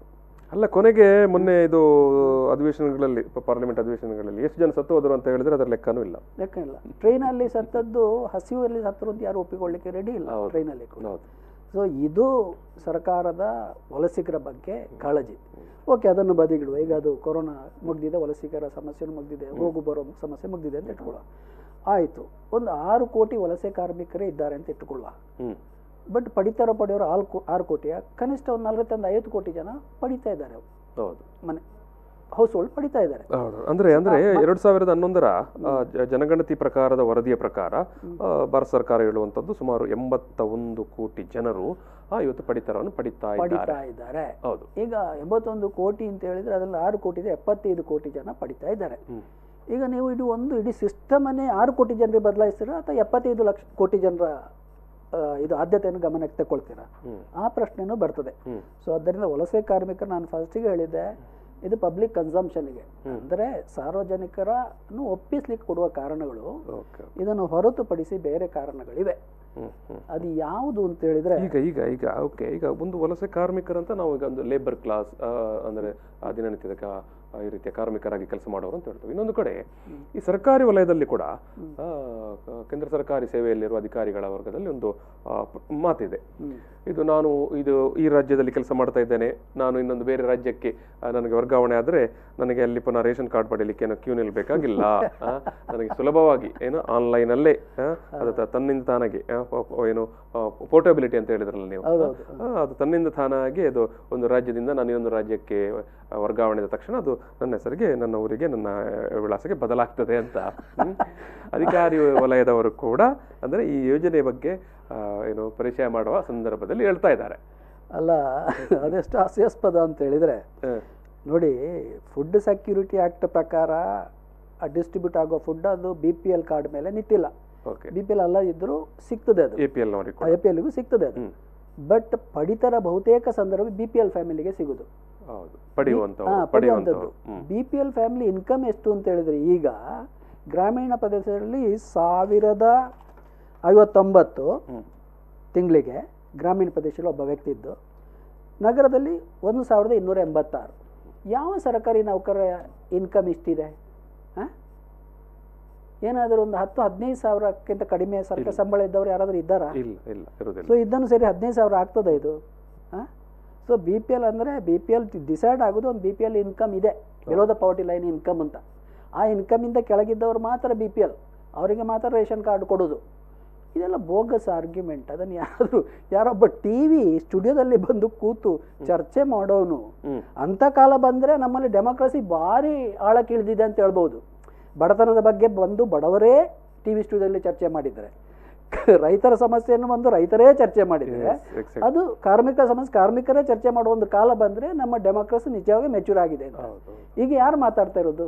ನಾನು ಅಂದ್ರೆ ನೀವು ಇಲ್ಲಿ ಹೇಳ್ತಾ ಇರುವಂತದ್ದು, ಸರ್ಕಾರಿ ವಲಯದ ಅಧಿಕಾರಿಗಳಿರ್ಬೋದು, ಅವರು ಪ್ರಚಾರಕ್ಕಾಗಿ ಹೇಳ್ಬೋದು, ನಾನು ಒಂದು ರಾಜ್ಯದಿಂದ ಇನ್ನೊಂದು ರಾಜ್ಯಕ್ಕೆ ಹೋದಾಗ ನನ್ನ ರೇಷನ್ ಕಾರ್ಡ್ ಸುಲಭವಾಗಿ ನನಗೆ ಬದಲಾಗಿ ಸಿಗ್ತದೆ ಅಂತ. ಅಂದ್ರೆ ಅವರು ರೇಷನ್ ತಗೊಳ್ಳೋದಿಲ್ಲ ಅಂತ ಹೇಳೋದು ನೀವು? ಅಲ್ಲ, ನಾನು ಹೇಳಿದಲ್ಲ, ತಗೊಳ್ಳಿಗೆ ಬಿಲೋ ದ ಪಾವರ್ಟಿ ಲೈನಿಗೆ ರೇಷನ್ ಕೊಡ್ತಾರೆ. ಫುಡ್ ಸೆಕ್ಯೂರಿಟಿ ಆ್ಯಕ್ಟ್ ಪ್ರಶ್ನೆ ಬೇರೆ. ಬಟ್ ನಾನು ಹೇಳ್ತಾ ಇರೋದು, ನಿಮಗೆ ನಿಜ ರೇಷನ್ ಸಿಗಬೇಕಾದ್ರೆ ಬಿಲೋ ದ ಪಾವರ್ಟಿ ಲೈನ್ ಇದ್ದವರಿಗೆ ಕೊಡ್ತಾ ಇರೋದು. ಈ ಕೊರೋನಾ ಬಂದು ಸಾಕಷ್ಟು ಜನ ಬಿಲೋ ದ ಪಾವರ್ಟಿ ಲೈನ್ ಬರ್ಬೋದು. ಅವ್ರು ಗೌರ್ಮೆಂಟ್ ಎಂಪ್ಲಾಯೀಸ್ ಅಲ್ಲ, ಅವರು ಬೇರೆ ಅನ್ಆರ್ಗನೈಸ್ ಸೆಕ್ಟರಲ್ಲಿ ಕೆಲಸ ಮಾಡೋರು. ಬಟ್ ಆ ಇನ್ಕಮ್ ಇಲ್ಲದ್ರೆ ರೇಷನ್ ಕಾರ್ಡ್ ಸಿಗೋದಿಲ್ಲ. ಸಿಕ್ಕಿದರೆ ಅದು ಇಲ್ಲೀಗಲ್ ಅಂತ ಲೆಕ್ಕ ಅವರಿಗೆ, ಆ ಇನ್ಕಮ್ ಇದ್ದರೆ. ಸೊ ಹಾಗಾಗಿ ನನಗೆ ಯಾರಾದರೂ ಭಾರಿ ಗೌರ್ಮೆಂಟಲ್ಲಿ ಕೂಡ ಅಟೆಂಡರ್ಗಳಿರ್ಬೋದು, ಆದರೂ ಅವರಿಗೆ 15-20 ಸಾವಿರದಿಂದ ಕಡಿಮೆ ಈಗ ಇರ್ಬೋದು ಗ್ರಾಸ್ ಸ್ಯಾಲ್ರಿ, ಇಲ್ಲ ಅಲ್ವಾ? ಸೊ ಅಷ್ಟು ಇನ್ಕಮ್ ಇದ್ದರೆ BPL ಕಾರ್ಡೇ ಸಿಗೋದಿಲ್ಲ. ಸೊ ಅದೆಲ್ಲ ನಾನು ಹೇಳ್ತಾ ಇರೋದು ಶಿಯರ್. ಎಲ್ಲೇ ಆದರೂ ನಾನು ಹೇಳ್ದಲ್ಲ, TVಯಲ್ಲಿ ಚರ್ಚೆಗೆ ಅದು ಮತ್ತೊಂದು ಮಾನದಂಡ, TV ಚರ್ಚೆಗೆ ಅಂಥವರು ಬರ್ತಾರೆ ಅಂತ ಆದರೆ ನಮ್ದು ಡೆಮೋಕ್ರಸಿ ಸುವರ್ಣ ಯುಗ ಅಂತ ಲೆಕ್ಕ ಅಂತ. ಇರಲಿ, ಈಗ ಅದೇ ನಾವೀಗ ನಿಜವಾದ ಉದ್ದೇಶ ಏನಿರಬಹುದು ಅಂತ, ನಿಜವಾದ ಉದ್ದೇಶ ಏನು ಅಂತ ಗೊತ್ತಾಗಬೇಕಾದ್ರೆ ನಿಮಗೆ ನೋಡಿ, 2013ರಲ್ಲಿ ಫುಡ್ ಸೆಕ್ಯೂರಿಟಿ ಆ್ಯಕ್ಟ್ ಪಾಸ್ ಆಯಿತು, ಆಹಾರ ಭದ್ರತಾ ಕಾಯ್ದೆ 2013. ಆ ಕಾಯ್ದೆ ಪ್ರಕಾರ ಮನಮೋಹನ್ ಸಿಂಗ್ ಅವರು UPA ಸರ್ಕಾರದಲ್ಲಿ ಅವರ ಪ್ರಧಾನಿಗಳಾಗಿದ್ದರು. ಆ ಕಾಯ್ದೆ ಪ್ರಕಾರ ಕನಿಷ್ಠ ಒಂದು 81 ಕೋಟಿ ಜನರಿಗೆ ಆಹಾರ ಸರಬರಾಜು ಮಾಡಬೇಕು ಅಂತ ಇದೆ, ಪೂರೈಕೆ ಮಾಡಬೇಕು ಅಂತ ಇದೆ. ಅಲ್ಲಿ APL BPL ಪ್ರಶ್ನೆಗಳಿಲ್ಲ. ಈ ಸ್ಕೀಮ್ ಒಳಗೆ 80% ಜನರಿಗೆ, ಅಲ್ಲ 81 ಕೋಟಿ ಜನರಿಗೆ ಅಂತಿದೆ. ಕರೆಕ್ಟ್. ಆ ಪ್ರಕಾರದ ಅವತ್ತಿನ ಸೆನ್ಸೇಷನ್ ಪ್ರಕಾರ ಇದ್ದಂತ ಲೆಕ್ಕಾಚಾರ ಮೇ ಬಿ ಒಂದು 70% ಆಗ್ಬೋದು ಅದು. ಸೊ ಅದರಲ್ಲಿ ಯಾವುದೆಲ್ಲ ಪ್ರೋಗ್ರಾಮ್ ಬರ್ತದೆ ಅಂತ ಹೇಳಿದ್ರೆ, ಮಿಡ್ ಡೇ ಮೀಲ್ ಪ್ರೋಗ್ರಾಮ್ ಬರ್ತದೆ ಅದರಲ್ಲಿ. ಅದೇ ರೀತಿ CSDS ಅಂದ್ರೆ ಚೈಲ್ಡ್ ಡೆವಲಪ್ಮೆಂಟ್, ಇದೆಲ್ಲ ಆ ಪ್ರೋಗ್ರಾಮ್ ಇದು ಬರ್ತದೆ. ಮತ್ತೆ ಇವರು ಮಹಿಳೆಯರಿದ್ದಾರಲ್ಲ, ಅವರಿಗೆ ಕೂಡ ಪೋಷಕಾಂಶ ಗರ್ಭಿಣಿ ಮಹಿಳೆಯರಿಗೆ ಕೊಡುವಂತದ್ದು, ಅದೆಲ್ಲ ಈ ಫುಡ್ ಸೆಕ್ಯೂರಿಟಿ ಆಕ್ಟ್ ಒಳಗೆ ಬರ್ತದೆ. ಇದು ಕೇವಲ BPL ಫ್ಯಾಮಿಲಿ ಕೊಡುವ ಪ್ರಶ್ನೆ ಅಲ್ಲ ಇದು. ಯಾಕಂತ ಹೇಳಿದ್ರೆ, ನಿಜ ಗರ್ಭಿಣಿ ಹೆಂಗಸರಿಗೆ ಯಾಕೆ ಪೋಷಕಾಂಶ ಕೊಡಬೇಕು ಅಂತ ಹೇಳಿದ್ರೆ, ಮಕ್ಕಳ ಇಡೀ ಮೆದುಳು ಬೆಳೆಯುವುದು ಯಾವಾಗ ಅಂತ ಹೇಳಿ ಗರ್ಭಾವಸ್ಥೆಯಲ್ಲೇ ಶುರು ಆಗ್ತದೆ. ಯಾವಾಗ ಗರ್ಭಿಣಿಗೆ ಸರಿಯಾದ ಪೋಷಕಾಂಶ ಇಲ್ವಾ, ಆಗ ಮಕ್ಕಳು ಕೂಡ ಮಾಲ್ ನ್ಯೂಟ್ರಿಷನ್ ಆಗ್ತಾರೆ, ಅಲ್ಲಿಂದ ಶುರು ಆಗ್ತದೆ. ಮತ್ತೆ ಎಷ್ಟು ನೀವು ಕೊಟ್ಟರೆ ಏನು ಉದ್ಧಾರ ಆಗಲಿ, ಅದಕ್ಕೋಸ್ಕರ ಆ ಸ್ಕೀಮಲ್ಲಿ ಅಲ್ಲಿಂದ ಬರ್ತದೆ. ಅದರ ಪಾರ್ಟ್ ಆಗಿ 81 ಕೋಟಿ ಜನರಿಗೆ ಕೊಡಬೇಕು ಅಂತ ಇತ್ತು. NDA ಸರ್ಕಾರ 2014 ಮೇಗೆ ಬಂತು. ಅವರು ಬಂದ ಕೂಡಲೇ ಫಸ್ಟ್ ಮಾಡಿದ್ದೇನು ಅಂತ ಹೇಳಿದ್ರೆ, ಒಂದು ಆ ಭೂ ಸ್ವಾಧೀನ ಮಸೂದೆಯನ್ನು ತಿದ್ದುಪಡಿ ಮಾಡಲಿಕ್ಕೆ, ಅದು ಕೂಡ UPA ಸರ್ಕಾರ ತಂದದ್ದು, ತಿದ್ದುಪಡಿ ಮಾಡಲಿಕ್ಕೆ ಒಂದು ಆರ್ಡಿನೆನ್ಸ್ ತಂದರು. ಅದು ಜೂನಲ್ಲಿ ಇರಬೇಕು. ಬಟ್ ಆ ಆರ್ಡಿನೆನ್ಸ್ ವಿರುದ್ಧ ದೇಶ ವ್ಯಾಪ್ತಿ ಗಲಾಟೆ ಆಯಿತು, ರೈತರು ಹಾಗೆ ಹಿಂದಕ್ಕೆ ತಗೊಂಡ್ರು. ಮತ್ತು ಅವರು ಆ್ಯಕ್ಚುಲಿ 2014 ಆಗಸ್ಟಲ್ಲಿ ಶಾಂತಕುಮಾರ್ ಕಮಿಟಿ ನೇಮಕ ಮಾಡಿದರು. ಆ ಕಮಿಟಿಯ ರೆಫರೆನ್ಸ್ ಏನು ಅಂತ ಹೇಳಿದ್ರೆ, ಟರ್ಮ್ಸ್ ಏನು ಅಂತ ಹೇಳಿದರೆ, ಈ ಫುಡ್ ಸೆಕ್ಯೂರಿಟಿಯಲ್ಲಿ 81 ಕೋಟಿ ಜನರಿಗೆ ಕೊಟ್ಟರೆ ನಮ್ಮ ಫುಡ್ ಸಬ್ಸಿಡಿ ಭಾರಿ ಜಾಸ್ತಿ ಆಗ್ತದೆ, ಅಷ್ಟು ಕೊಡೋ ಸರ್ಕಾರಕ್ಕೆ ಶಕ್ತಿ ಇಲ್ಲ. ಆದ್ದರಿಂದ ನಿಜವಾಗಿ ಯಾರಿಗೆ ಇದ್ದಾರೋ ಅವರಿಗೆ ಕೊಡುವ ಹಾಗೆ ಸಲಹೆ ಸೂಚನೆ ಕೊಡಬೇಕು ಅಂತೇಳಿ ಆ ಕಮಿಟಿ ಖಾಲಿ ಅದೊಂದು ಅಂತಲ್ಲ, ಬಟ್ ಇಡೀ ಅದು ಫುಡ್ ಸೆಕ್ಯೂರಿಟಿ ಆಕ್ಟಿನ ವಿಮರ್ಶೆಗೆ ನೇಮಕಗೊಂಡ ಸಮಿತಿ, ಶಾಂತಕುಮಾರ್ ಸಮಿತಿ. ಆ ಸಮಿತಿ 2015ಕ್ಕೆ ರಿಪೋರ್ಟ್ ಕೊಟ್ಟಿದೆ, ಮೇ ಬಿ ಜೂನ್ ಕಾಣ್ತದೆ. 2015 ರಿಪೋರ್ಟ್ ಕೊಟ್ಟಿದ್ದಾರೆ. ಆ ರಿಪೋರ್ಟಲ್ಲಿ ಏನಿದೆ ಅಂತೇಳಿದರೆ 81 ಕೋಟಿಗೆ ನೀವು ಕೊಡೋದು ಬೇಡ, ಕೇವಲ 40 ಕೋಟಿ ಜನರಿಗೆ ಕೊಟ್ಟರೆ ಸಾಕು ಅಂತ ಹೇಳೋದು ಒಂದು ರೆಕಮೆಂಡೇಶನ್. ಎರಡನೇದು, ಈ ಕೇಂದ್ರ ಸರ್ಕಾರ ಇದೆಲ್ಲ PDS ಸಿಸ್ಟಮಲ್ಲಿ ಕೇಂದ್ರ ಸರ್ಕಾರ ಮತ್ತು ರಾಜ್ಯ ಸರ್ಕಾರ ಸಮಪಾಲಿದೆ. ಕೇಂದ್ರ ಸರ್ಕಾರ ಏನು ಮಾಡ್ತದೆ ಅಂತ ಹೇಳಿದರೆ ರೈತರಿಂದ ಆಹಾರವನ್ನು ಸಂಗ್ರಹ ಮಾಡಿ ದಾಸ್ತಾನು ಮಾಡಿ ಫುಡ್ಸ್ ಕಾರ್ಪೊರೇಷನ್ ಆಫ್ ಇಂಡಿಯಾ ದಾಸ್ತಾನು ಮಾಡಿ ಅದನ್ನು PDS ಮೂಲಕ ಇವರಿಗೆ ಕೊಡ್ತಾರೆ ರಾಜ್ಯಗಳಿಗೆ. ರಾಜ್ಯಗಳ ಕೆಲಸ ಏನು ಅಂತ ಹೇಳಿದರೆ ಅದನ್ನು ಹಂಚುದು, ಡಿಸ್ಟ್ರಿಬ್ಯೂಷನ್ ಅಂದರೆ BPL ಫ್ಯಾಮಿಲೀಸನ್ನು ಐಡೆಂಟಿಫೈ ಮಾಡಿ ಅವರಿಗೆ ಈ ರೇಷನ್ ಕಾರ್ಡ್ ವಿತರಣೆ ಮಾಡಿ ಮತ್ತೆ ಫೇರ್ ಪ್ರೈಸ್ ಅಂದರೆ ನ್ಯಾಯಬೆಲೆ ಅಂಗಡಿಗಳನ್ನು ಎಸ್ಟಾಬ್ಲಿಷ್ ಮಾಡಿ ಆ ಹಂಚುವ ಕೆಲಸ ಇವರ ಜವಾಬ್ದಾರಿ ರಾಜ್ಯಗಳದ್ದು. So it is a combined act. So ಇದು ಇವ್ರು ಏನು ಮಾಡ್ತಾರೆ ಅಂತ ಹೇಳಿದ್ರೆ ಶಾಂತಕುಮಾರ್ ಕಮಿಟಿದ ಮತ್ತೊಂದು ರೆಕಮೆಂಡೇಶನ್ ಏನು ಅಂತ ಹೇಳಿದ್ರೆ, ಈಗ ಸಂಗ್ರಹ ಮಟ್ಟಿಗೆ ಲೆವಿ ಹಾಕ್ತಾ ಇದ್ರು. ನಾನು ಸಣ್ಣದಿರುವಾಗ ನಮ್ಮ ಊರಲ್ಲಿ ಕೂಡ ಲೆವಿ ಇತ್ತು. ಊಟಕ್ಕಿಲ್ಲ ಇದ್ರು ಸರ್ಕಾರ ಭಾರಿ ಕಡಿಮೆ ಬೆಲೆಗೆ ಖರೀದಿ ಮಾಡ್ತಾರೆ, ಅಷ್ಟು ನೀವು ಹಾಕ್ಲೇಬೇಕು ಕೊಡೋಗಿ. ನಮ್ಮಲ್ಲೆಲ್ಲ ಭಾರಿ ಹಿಂದೆ ಲೆವಿ ನಿಂತಿದೆ. ಬಟ್ ಈಗಾಗಲೂ ಈಗ ದೊಡ್ಡ ದೊಡ್ಡ ರಾಜ್ಯಗಳಿವೆ, ಹರಿಯಾಣ, ಈಗ ಪಂಜಾಬ್, ಇಂಥ ರಾಜ್ಯಗಳು ಇವತ್ತು ಕೂಡ ಲೆವಿ ದೊಡ್ಡ ಮಟ್ಟದ ಸಂಗ್ರಹ ಆಗ್ತಾ ಇದೆ. ಸೊ ಈ ಕಮಿಟಿ ಏನು ಹೇಳ್ತದೆ, ಲೆವಿ ಸಂಗ್ರಹ ಕೂಡ ನಿಲ್ಲಿಸಬೇಕು ಅಂತ ರೆಕಮೆಂಡ್ ಮಾಡ್ತದೆ. ಮತ್ತು ಮೂರನೇದು ಭಾರಿ ಇಂಪಾರ್ಟೆಂಟ್ ಮತ್ತೊಂದು ಏನು ಹೇಳ್ತದೆ ಅಂತ ಹೇಳಿದರೆ, ಈ ಫುಡ್ ಸಂಗ್ರಹ ಇದೆಯಲ್ಲ, ಪರ್ಚೇಸ್ ಅಂದರೆ ಖರೀದಿ ಮತ್ತು ಸಂಗ್ರಹ, ಅದನ್ನು ಕೇವಲ ಇವತ್ತು ಸರ್ಕಾರ ಮಾತ್ರ ಮಾಡ್ತಾ ಇದೆ, ಫುಡ್ ಕಾರ್ಪೊರೇಷನ್ ಆಫ್ ಇಂಡಿಯಾ ಮಾಡ್ತಾ ಇದೆ. ಎಲ್ಲ ಕಡೆ ವೇರ್ಹೌಸ್ಗಳಿರ್ತದೆ. ಹೌದೌದು. ಅದನ್ನು ನಿಲ್ಲಿಸಿ ಅದರಲ್ಲಿ ಖಾಸಗಿಯವರು ಕೂಡ ಪಾಲ್ಗೊಳ್ಬೇಕು ಅಂತ ರೆಕಮೆಂಡ್ ಮಾಡಿತ್ತದು. ಇದು 2015ರಲ್ಲಿ. ಸೊ ಈ 2015 ಈ ಆರ್ಡಿನೆನ್ಸ್ ಸ್ಥಿತಿ ನೋಡಿ, ಅಂದರೆ ಭೂಸ್ವಾಧೀನ ಮಸೂದೆಗೆ ಸಿಕ್ಕಾಪಟ್ಟೆ ಪ್ರೊಟೆಸ್ಟ್ ಬಂದದ್ದು ನೋಡಿ ಇದೆಲ್ಲ ಮೂಲೆಗೆ ಇಟ್ಟರು. ಆಗ 2015ರಲ್ಲಿ ಬಂದ ರೆಕಮೆಂಡೇಶನ್ ಯಾವುದನ್ನು ಜಾರಿಗೆ ತರಲಿಲ್ಲ. ಬಟ್ ಈಗ ಜಾರಿಗೆ ಬರ್ತಾ ಇದೆ. ನೀವು ಈಗ ಅದಕ್ಕೆ ಜಾರಿಗೆ ಬರ್ತದೆ ಅಂತ ಹೇಳೋದಕ್ಕೆ ಅಂದ್ರೆ ಅಲ್ಲ, ಇನ್ನೊಂದು ಕಡೆ ಈಗ ಏನು ಕೃಷಿ ಮಸೂದೆ ಕೂಡ ಈಗ ಜಾರಿ ಆಯ್ತಲ್ಲ, ಅದಕ್ಕೆ ಇದಕ್ಕೂ ನೇರ ಸಂಬಂಧ ಇದೆ. ಈಗ ಇವತ್ತು ದೇಶವ್ಯಾಪಿಯಾಗಿ ರೈತರು, ಕಾರ್ಮಿಕ ಸಂಘಟನೆಗಳು ಅದಕ್ಕೆ ಬಾರಿ ಒಂದು ದೊಡ್ಡ ಸ್ವರೂಪದಲ್ಲಿ ವಿರೋಧವನ್ನು ವ್ಯಕ್ತಪಡಿಸ್ತಾ ಇದ್ದಾರೆ. ಹೌದು. ಅದಂದರೆ ನಾನು ಹೇಳಿದಲ್ಲ, ಈಗ ನಾನು ಈ ಶಾಂತಕುಮಾರ್ ಕಮಿಟಿ ರೆಕಮೆಂಡೇಶನಿಗೂ ಈ 3 ಕೃಷಿ ಮಸೂದೆಗಳು ಬಂದವಲ್ಲ, ಒಂದು ಮಸೂದೆಯನ್ನು ನಾನು ಮೊನ್ನೆ ಮಾತಾಡ್ತಾ ಹೇಳಿದೆ, ಅದು APMC ಬೈಪಾಸ್ ಕಾಯ್ದೆ ಅಂತ ಹೇಳಿದೆ, ಅದನ್ನು ಬೈಪಾಸ್ ಮಾಡ್ಲಿಕ್ಕೆ ಇರುವ ಕಾಯ್ದೆ ಅಂತ ಹೇಳಿ. ಮತ್ತೊಂದು ಮಸೂದೆ ಕಾಂಟ್ರಾಕ್ಟ್ ಫಾರ್ಮಿಂಗ್ ಇರುವಂಥದ್ದು. ಮೂರನೇದು ಎಸೆನ್ಷಿಯಲ್ ಕಮಾಡಿಟೀಸ್ ಪಟ್ಟಿಯಿಂದ ಇದನ್ನೆಲ್ಲ ಹೊರಗಿಡುದು, ಆಹಾರ ಪದಾರ್ಥಗಳನ್ನು. ಸೊ ಇದರ 3 ಉದ್ದೇಶ ಏನು ಅಂತ ಹೇಳಿದ್ರೆ, ಶಾಂತಕುಮಾರ್ ಕಮಿಟಿ ಏನು ಹೇಳಿದ್ದು, ನಿಮ್ಮ ಇಡೀ ಸರ್ಕಾರ ದಾಸ್ತಾನು ಮಾಡೋದು ಕಡಿಮೆ, ಸರ್ಕಾರದ ಪಾತ್ರ ಕಡಿಮೆ ಇರಬೇಕು ಸಂಗ್ರಹದಲ್ಲಿ ಮತ್ತೆ ವಿತರಣೆಯಲ್ಲಿ ಅಂತ. ಸೊ ಇದೆಲ್ಲ ಎಲ್ಲಿ ನೀವೀಗ ನೋಡಿ, ಫಸ್ಟ್ ಕಾಯ್ದೆಯಲ್ಲಿ ನೋಡಿ ಏನು ಹೇಳ್ತದೆ ಅಂತ ಹೇಳಿದ್ರೆ, ಬೈಪಾಸ್ ಕಾಯ್ದೆ ಪ್ರಕಾರ ಅದೇ ಮೂಲ ಉದ್ದೇಶ ಏನು ಅಂತ ಹೇಳಿದ್ರೆ, ಈಗ APMCಗೆ ಹೋದರೆ ಅಲ್ಲಿ ಹರಾಜು ಮೂಲಕ ರೈತರ ಉತ್ಪನ್ನಗಳು ಮಾರಾಟ ಆಗ್ತದೆ. ಸೊ ಹರಾಜು ಮೂಲಕ ಮಾರಾಟ ಆಗುವಾಗ ಒಂದು ವೇಳೆ ರೈತರಿಗೆ ಅವರು ಭಾರಿ ಕನಿಷ್ಠ ಬೆಲೆ ಕೊಟ್ಟರೆ ರೈತರು ಅದನ್ನು ನಿರಾಕರಿಸಬಹುದು. ಆ ಹೊತ್ತಿಗೆ ಸರ್ಕಾರ ಮಧ್ಯ ಪ್ರವೇಶ ಮಾಡಿ ಕನಿಷ್ಠ ಬೆಂಬಲ ಕೊಟ್ಟು ಪರ್ಚೇಸ್ ಮಾಡ್ತದೆ. ಸೊ ಖರೀದಿಸಿ ಸಂಗ್ರಹ ಮಾಡ್ತದೆ ಸರ್ಕಾರ. ಈಗ ಆ ಕಾಯ್ದೆ ಏನು ಮಾಡ್ತದೆ ಅಂತ ಹೇಳಿದ್ರೆ, ಎಲ್ಲಿ ಕೂಡ ಮಾರಬಹುದು ಅಂತ ಹೇಳುವ ಇದನ್ನು ನಾವು ರೈತರಿಗೆ ಸ್ವಾತಂತ್ರ್ಯ ಕೊಟ್ಟಿದ್ದೇವೆ ಅಂತ ಹೇಳ್ತಾರೆ. ನೋಡಿ, ರೈತರಿಗೆ ಹಿಂದೆ ಕೂಡ ಎಲ್ಲಿಯೂ ಮಾರೋ ಸ್ವಾತಂತ್ರ್ಯ ಇತ್ತು. ನಿಜವಾಗಿ ರೆಸ್ಟ್ರಿಕ್ಷನ್ ಇದ್ದದ್ದು ಟ್ರೇಡರ್ಸ್ ಮೇಲೆ, ಅವ್ರು ಖರೀದಿಸಬಾರ್ದು ಅಂತೇಳಿ. ಆದರೂ ಇದರ ಮಧ್ಯೆ ಕೂಡ ಒಂದು 70% ಅಷ್ಟು APMC ಹೊರಗೇನೆ ಮಾರಾಟ ನಡೀತಾ ಇತ್ತು. ಇವತ್ತು ನಾವು ಸ್ವಾತಂತ್ರ್ಯ ಪ್ರಶ್ನೆ ಬಂದರೆ ನಮ್ಮಲ್ಲಿ 80% ಜನ ಇರೋದು 1.5-2 ಎಕರೆ ಭೂಮಿ ಇರುವುದು. ಸಣ್ಣ ಕೃಷಿಕರು. ಇವರು ಒಂದು ಯಾವುದೋ ಗ್ರಾಮೀಣ ಪ್ರದೇಶದಲ್ಲಿ ಬೆಳೆದದ್ದನ್ನು ಇಲ್ಲಿ ಪುತ್ತೂರಲ್ಲಿ 5 ರೂಪಾಯಿ ಇದೆ, ಮಂಗಳೂರಲ್ಲಿ 10 ರೂಪಾಯಿ ಇದೆ ಅಂತ ಹೇಳಿದ್ರೆ ಇಲ್ಲಿ ಬರ್ತಾರೆ ಹಿಡ್ಕೊಂಡು. ಅಲ್ಲಿ ಅವರ ಮನೆ ಬಾಗಿಲು. ಹೌದು, ಸ್ವಾತಂತ್ರ್ಯ ಕೊಡುದಂದ್ರೆ ಸ್ವಾತಂತ್ರ್ಯವನ್ನು ಆಚರಣೆ ಮಾಡೋದು ಹೇಗೆ, how to exercise that freedom. ಆಚರಿಸಬೇಕು ಅಂತ ಹೇಳಿದ್ರೆ ಅವನಿಗೆ ಕೆಪಾಸಿಟಿ ಬೇಕಲ್ವಾ, ಆ ಕೆಪಾಸಿಟಿ ಇಲ್ಲ. ಸರಿ.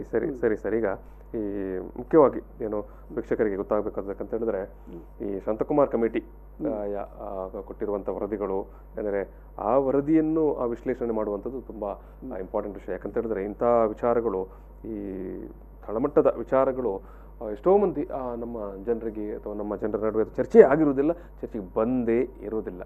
ಸೊ ನಾವು ಈ ವಿಚಾರವನ್ನು ಮತ್ತೆ ಚರ್ಚೆ ಮಾಡಿ ಒಂದು ಸಣ್ಣ ಬ್ರೇಕ್ ತಗೊಳ್ಳುವ.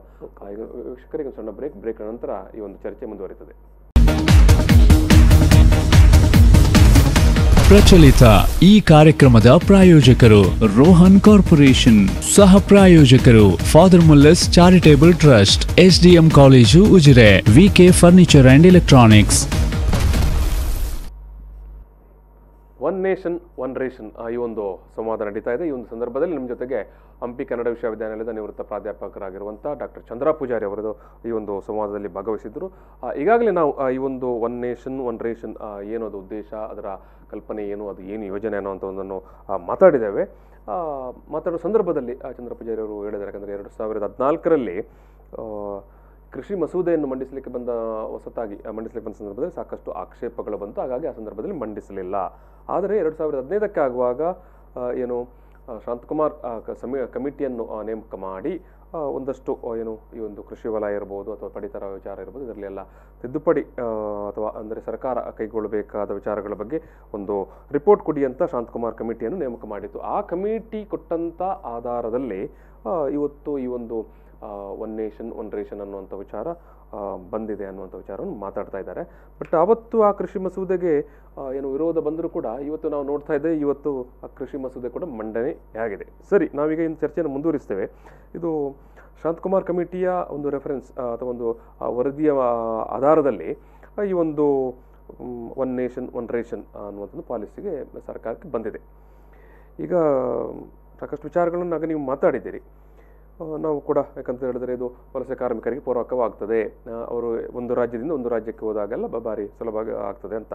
ಬಟ್ ಈ ನಮ್ಮ ಈ ವ್ಯವಸ್ಥೆ ಒಳಗಡೆ ಈಗ ಒಬ್ಬ ಅವನ ಫ್ಯಾಮಿಲಿ ಎಲ್ಲ ಉದಾಹರಣೆಗೆ ಬಿಹಾರದಲ್ಲೋ ರಾಜಸ್ಥಾನದಲ್ಲೋ ಇರ್ತದೆ, ಅವನು ಕೆಲಸ ಮಾಡಲಿಕ್ಕೆ ಇಲ್ಲಿ ಬಂದಿರ್ತಾನೆ, ಕರ್ನಾಟಕಕ್ಕೋ ಕೇರಳಕ್ಕೋ. ಸೊ ಆವಾಗ ಅವನಿಗೆ ಅವನ ಕುಟುಂಬದ 5 ಮಂದಿ ಸದಸ್ಯರಲ್ಲಿ ಇರ್ತಾರೆ, ಒಬ್ಬರು ಮಾತ್ರ ಇವನು ಇಲ್ಲಿರ್ತಾನೆ. ಯಾರು ರೇಷನ್ ತಗೊಳ್ಬೇಕು, ಯಾರಿಗೆ ಕೊಡಬೇಕು ನೋಡಿ. ಅದೊಂದು ಅಂದರೆ ಇದು ನಿಜವಾಗಿ ಆಚರಣೆಗೆ ಬರುವ ಹೊತ್ತಿಗೆ ಆಚರಣೆ ಬಂದಿಲ್ಲ ಇದು. ಹೌದು, ಆ್ಯಕ್ಚುಲಿ ಅವರ ಪ್ಲ್ಯಾನ್ ಇದ್ದದ್ದು ಈ ವರ್ಷದ 2020 ಜೂನಿಗೆ ಎಲ್ಲ ರಾಜ್ಯಗಳಲ್ಲಿ ಜಾರಿ ಆಗಬೇಕಿತ್ತು ಅಂತ. ಈ ಕೊರೋನಾದ ದಿಶೆಯಿಂದ ಅದು ಮಾರ್ಚ್ 2021ಕ್ಕೆ ಮುಂದೂಡಲ್ಪಟ್ಟಿದೆ. But as a pilot project ಆಗಿ ಅವರು ಅದನ್ನು ಹೇಳ್ತಾ ಇರ್ತಾರೆ. ತೆಲಂಗಾಣ, ಆಂಧ್ರ, ಆಮೇಲೆ ಗುಜರಾತ್ ಮತ್ತು ಮಹಾರಾಷ್ಟ್ರದಲ್ಲಿ ನಾವು ಇಂಪ್ಲಿಮೆಂಟ್ ಮಾಡಿದ್ದೇವೆ, ಕೆಲವು ರಾಜ್ಯಗಳಲ್ಲಿ ಮಾಡಿದ್ದೇವೆ ಅಂತ ಹೇಳ್ತಾರೆ. ಈಗ ಪ್ರಶ್ನೆ ಏನು ಅಂತ ಹೇಳಿದ್ರೆ, ಈಗ ಇದು ಆಚರಣೆ ಬರಬೇಕಾದ್ರೆ ಏನು ಪೂರ್ವ ತಯಾರಿ ಬೇಕು ಅಂತ ಹೇಳಿ ನೋಡಿ. ಇದೆಲ್ಲ ಆಚರಣೆ ಬರೋದು ಆನ್ಲೈನ್ ಮೂಲಕ. ಇದು ಅಲ್ಲ, ಪೂರ್ವ ತಯಾರಿ ನಮ್ಮ ದೇಶದಲ್ಲಿ ಯಾವುದನ್ನು ಮಾಡುವುದಿಲ್ಲ. ಆನ್ಲೈನ್ ನಮ್ಮ ಏನು ವೋಟರ್ ಕಾರ್ಡ್ ಇರ್ಬೋದು, ಆಧಾರ್ ಕಾರ್ಡ್ ಇರ್ಬೋದು, ಯಾವುದಕ್ಕೂ ಕೂಡ ಪೂರ್ವ ತಯಾರಿ ಇಲ್ಲದೆ ಡೆಡ್ ಲೈನ್ ಅನ್ನು ನಿಗದಿಪಡಿಸಿ ಶುರು ಮಾಡಿಬಿಡ್ತೇವೆ. ಇದು ಮಾಡಿದ್ರೆ ಏನಾಗ್ತದೆ, ಅದಕ್ಕೆ ನಾನು ಕೆಲವು ಸಂಗತಿಗಳು ಎಷ್ಟು ಅಗತ್ಯ ಇದು ಕಾರ್ಯಕ್ರಮಕ್ಕೆ ಬರಬೇಕು ಅಂತ ಹೇಳಿದ್ರೆ ನೋಡಿ, ಇದೆಲ್ಲ ಆನ್ಲೈನ್ ಆಪರೇಟ್ ಆಗುವಂಥದ್ದು. ಸೊ ಒಂದು ಸೆಂಟ್ರಲೈಸ್ಡ್ ಸಿಸ್ಟಮ್ ಇದು. ಸೊ ಇದಕ್ಕೆ ಎಲೆಕ್ಟ್ರಾನಿಕ್ EPOS ಅಂತ ಹೇಳ್ತಾರೆ, ಎಲೆಕ್ಟ್ರಾನಿಕ್ ಪಾಯಿಂಟ್ ಆಫ್ ಸೇಲ್ಸ್ ಅಂತೇಳಿ. ಅಂದ್ರೆ ಈ ಪಡಿತರ ಅಂಗಡಿ, ನ್ಯಾಯಬೆಲೆ ಅಂಗಡಿಗೆ ಅವರೆಲ್ಲ ಇಂಟರ್ನೆಟ್ ಮೂಲಕ ಕನೆಕ್ಟ್ ಆಗಿರ್ಬೇಕು. ಬಟ್ ನಮ್ಮ ದೇಶದಲ್ಲಿ ಇಂಟರ್ನೆಟ್ ಕವರೇಜ್ ಇರುವುದೇ ಅರೌಂಡ್ 54%. ಇಂಟರ್ನೆಟ್ ಕವರೇಜ್ ಇರುವುದೇ. ಇನ್ನೂ ಕೂಡ 50% ಜಾಗದಲ್ಲಿ ಇಂಟರ್ನೆಟ್ ಕನೆಕ್ಷನ್ ಇಲ್ಲ. ಎರಡನೇದು, ಇಂಟರ್ನೆಟ್ ಆಪರೇಟ್ ಆಗಿದ್ರೆ ಕರೆಂಟ್ ಬೇಕು, ಪವರ್, ಎಲೆಕ್ಟ್ರಿಸಿಟಿ ಬೇಕು. ಇವರು ಸರ್ಕಾರಿ ಲೆಕ್ಕಾಚಾರ ಪ್ರಕಾರ 99% ಎಲೆಕ್ಟ್ರಿಫಿಕೇಶನ್ ಆಗಿದೆ ಇಂಡಿಯಾದಲ್ಲಿ ಅಂತೇಳಿ. ಬಟ್ ಅದು ಅವರು ಡಾಟಾ ಹೇಗೆ ಪ್ರೊಡ್ಯೂಸ್ ಮಾಡ್ತಾರೆ ಅಂತ ಹೇಳಿದ್ರೆ, ಒಂದು ಹಳ್ಳಿಯಲ್ಲಿ 2 ಮನೆ ಕೊಟ್ಟರು ಆ ವಿಲೇಜ್ ಕೊಟ್ಟಿದ್ದೇವೆ ಅಂತೇಳಿ ಡಿಕ್ಲೇರ್ ಮಾಡ್ತಾರೆ. ಆದ್ರಿಂದ ಎಲೆಕ್ಟ್ರಿಸಿಟಿ ಇವತ್ತು ಹೇಗಿದೆ ಅಂತ ಹೇಳಿದ್ರೆ 24/7 ಎಲೆಕ್ಟ್ರಿಸಿಟಿ ಇರೋ ಊರು ಸಿಗುದಿಲ್ಲ ಇವತ್ತು ಕೂಡ, ಎಸ್ಪೆಷಲಿ ಗ್ರಾಮೀಣ ಪ್ರದೇಶದಲ್ಲಿ. ಅಲ್ಲಿ ನಿಮಗೆ 10 ಗಂಟೆ, 12 ಗಂಟೆ, 2 ಗಂಟೆ, 3 ಗಂಟೆ ಅಂತ ಪವರ್ ಇರುವುದು. ಸೊ ಪಡಿತರ ಜಾಸ್ತಿ ಕಾರ್ಯರೂಪಕ್ಕೆ ಬರೋದು ಅಲ್ಲಿ ಕೂಡ ಬರ್ತದೆ, ಗ್ರಾಮೀಣ ಭಾಗದಲ್ಲಿ ಅಲ್ಲಿ ಬರ್ತದೆ. ಇದು ಆಯ್ತಲ್ಲ. ಎರಡನೇದು ದೊಡ್ಡ ಪ್ರಶ್ನೆ ಏನು ಅಂತ ಹೇಳಿದ್ರೆ, ಈಗ ನೀವು ಏನೇ ಮಾಡಿ ನಿಮಗೆ ನೀವೇ ಕಾರ್ಡ್ ಹೋಲ್ಡರ್ ಅಂತ ಹೇಳಿದ್ರೆ ಏನೋ ಅಥೆಂಟಿಕೇಶನ್ ಬೇಕಾಗ್ತದಲ್ಲಿ. ಈಗ ಹಿಂದೆ ಬಯೋಮೆಟ್ರಿಕ್ಸ್ ಇರುವಾಗ ಹೆಬ್ಬೆಟ್ಟು ಹೊತ್ತಲಿಕ್ಕಿತ್ತು. ಸೊ ಹೆಬ್ಬೆಟ್ಟು ಏನು ಅಂತ ಹೇಳಿದ್ರೆ, ಫಸ್ಟಿಗೆ ಹೆಬ್ಬೆಟ್ಟು ತಗೊಂಡು 3-4 ವರ್ಷ ಆಗುವಾಗ ಅವನು ದುಡ್ದು ಅವನ ಬೆರಳಿನ ಗೆರೆಗಳೇ ಮಾಸಿ ಹೋಗ್ತದೆ. ಅವನೇ ಹೋಗಿ ಒತ್ತಿದ್ರು ಕಂಪ್ಯೂಟರ್ ರೆಕಗ್ನೈಸ್ ಮಾಡೋದಿಲ್ಲ. ಹಾಗೆ ತುಂಬಾ ಜನರಿಗೆ ರೇಷನ್ ಸಿಕ್ಲಿಲ್ಲ. ಕೊನೆಗೆ ಎಲ್ಲಿ ತನಕ ಬಂದಂತ ಹೇಳಿದ್ರೆ, ಈ ಬಯೋಮೆಟ್ರಿಕ್ ರೇಷನ್ ಕಾರ್ಡ್ ಇದ್ರೂ ಕೂಡ ಅದು ಅಷ್ಟು ಪರ್ಫೆಕ್ಟ್ ಆಗಿಲ್ಲ. ಅದರಲ್ಲಿ ಸಾಕಷ್ಟು ಬೋಗಸ್ ಕಾರ್ಡ್ಗಳೇ ಇದಾವೆ ಅಂತ ಬೋಗಸ್ ಸರ್ಕಾರವೇ ಹೇಳಿಕೊಳ್ಳುವಂತ ಪರಿಸ್ಥಿತಿಗೆ ಬಂದಿದೆ. ಅಲ್ಲ, ಬೋಗಸ್ ಸರ್ಕಾರ ಹೇಳೋದು ಮತ್ತೆ ಬೋಗಸ್ ಕಾರ್ಡ್ ಇರೋದು ಕೂಡ ಸತ್ಯನೇ. ಯಾಕೆ ಅಂತೇಳಿ ನೀವು ಆಲೋಚನೆ ಮಾಡಿ, ಈಗ ಹಿಂದೆ ಸಿದ್ದರಾಮಯ್ಯ ಸರ್ಕಾರ ಇರುವಾಗ Dinesh Gundurao may be social welfare minister ಗೊತ್ತಿಲ್ಲ ಯಾರೋ ಇದ್ರು, ಅವರು ಏನು ಮಾಡಿದ್ದಾರೆ, ಈ ಇದರದ್ದೇ ಫುಡ್ ಸಪ್ಲೈ ಇದರಲ್ಲಿ ಇದ್ರು ಅವರು ನಮ್ಮಲ್ಲಿ ರೇಷನ್ ಕಾರ್ಡ್ ಲೆಕ್ಕ ಹಾಕ್ಲಿಕ್ಕೆ ಹೊರಟ್ರು.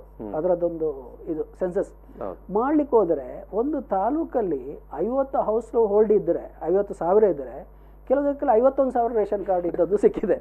ಸೊ ಹಾಗೆ ಫೇಕ್ ಕಾರ್ಡ್ಗಳಿವೆ, ಅದು ನಾವು ಹೇಳ್ಬೋದು. ಬಟ್ ನೀವೊಂದು ಹೇಳಿದ್ರಲ್ಲ, ಈಗ ಮೈಗ್ರೆಂಟ್ ಲೇಬರ್ಸ್ ಕಥೆನೇ ತಗೊಳ್ಳುವ. ಸೊ ಮೈಗ್ರೆಂಟ್ ಲೇಬರ್ಸ್ ನೀವು ಹೇಳಿದ ಒಂದು ಸಮಸ್ಯೆ ಆಯಿತು, ಅವರ ಇಲ್ಲಿರುವಾಗ ಅವರ ಫ್ಯಾಮಿಲಿಯವರು ಅಲ್ಲಿ ತಗೊಳ್ಬೇಕಾ, ಇಲ್ಲಿ ಯಾರಿಗೆ ಕೊಡಬೇಕು, ಈ ಸಮಸ್ಯೆಗಳಲ್ಲಿವೆ. ಅದು ಆಯ್ತು. ಒಂದು ವೇಳೆ ಅದರಲ್ಲಿ ಕರೆಕ್ಷನ್ ಬಂತು. ಈಗ ನಮ್ಮಲ್ಲಿ ಆಧಾರ್ ಕಾರ್ಡ್ಗೆ ಕ್ಯೂ ನಿಲ್ಲೋದು ಯಾವತ್ತೂ ಮುಗಿಯುವುದೇ ಇಲ್ಲ. ಅದರಲ್ಲಿ ವಿಳಾಸ ಬದಲು ಮಾಡ್ಲಿಕ್ಕೆ, ಸ್ಪೆಲ್ಲಿಂಗ್ ಕರೆಕ್ಷನ್ ಮಾಡ್ಲಿಕ್ಕೆ, ಫೋಟೋ ಕರೆಕ್ಟ್ ಮಾಡ್ಲಿಕ್ಕೆ ಅಂತ.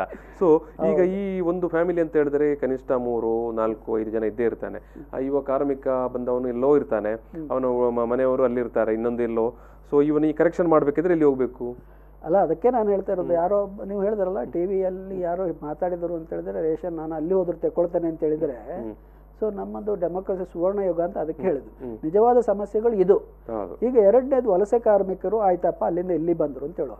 ಬಟ್ ನಿಜವಾಗಿ ಈಗ ಫುಡ್ ಸಪ್ಲೈ ಆಗೋದು ಹೇಗೆ ಅಂತ ಹೇಳಿದ್ರೆ, ಒಂದು ರೇಷನ್ ಶಾಪಲ್ಲಿ ಅಂದರೆ ನ್ಯಾಯಬೆಲೆ ಅಂಗಡಿಯಲ್ಲಿ 1,000 ಕಾರ್ಡ್ ಇದ್ದರೆ, ಮತ್ತು ಪ್ರತಿ ಕಾರ್ಡಿಗೆ 2 kg ಅಕ್ಕಿ ಸಕ್ಕರೆ ಕೊಡ್ತಾರೆ ಅಂತ ಆದರೆ 1,000 ಗುಣಿಸಿ 2,000 ಸಕ್ಕರೆ ಸಪ್ಲೈ ಮಾಡ್ತಾರೆ.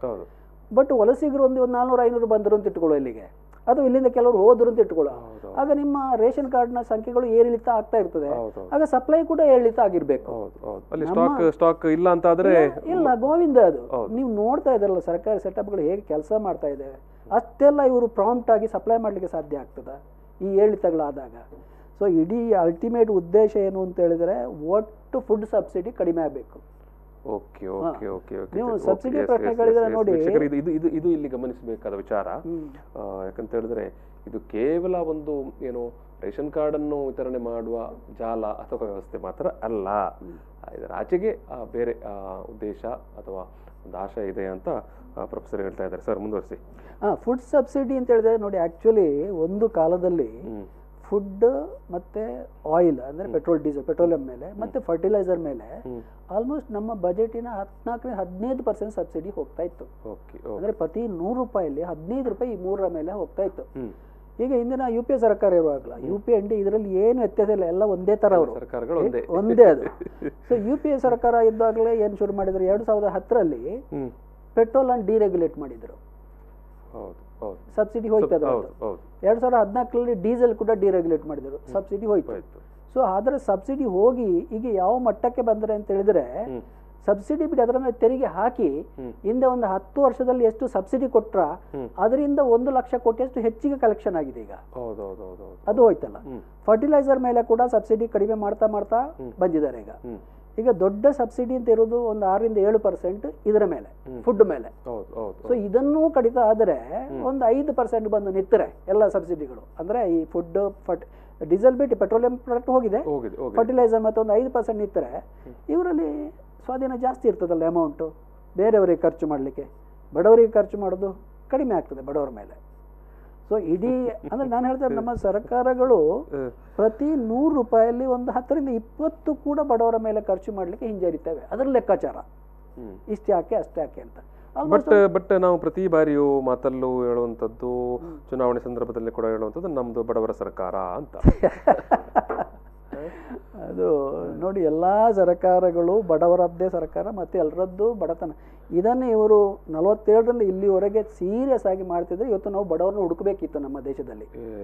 ಪ್ರತಿ ಇಲೆಕ್ಷನ್ಗಳಲ್ಲಿ ಇವರು ಮಾಡಿದಾಗೆ ನಾವು ಬಡತನವನ್ನು ನಿರ್ಮೂಲನೆ ಮಾಡ್ತೇವೆ, ಗರೀಬಿ ಹಟಾವ್ ಅಂತ ಇಂದಿರಾ ಗಾಂಧಿ ಶುರು ಮಾಡಿದ್ರು.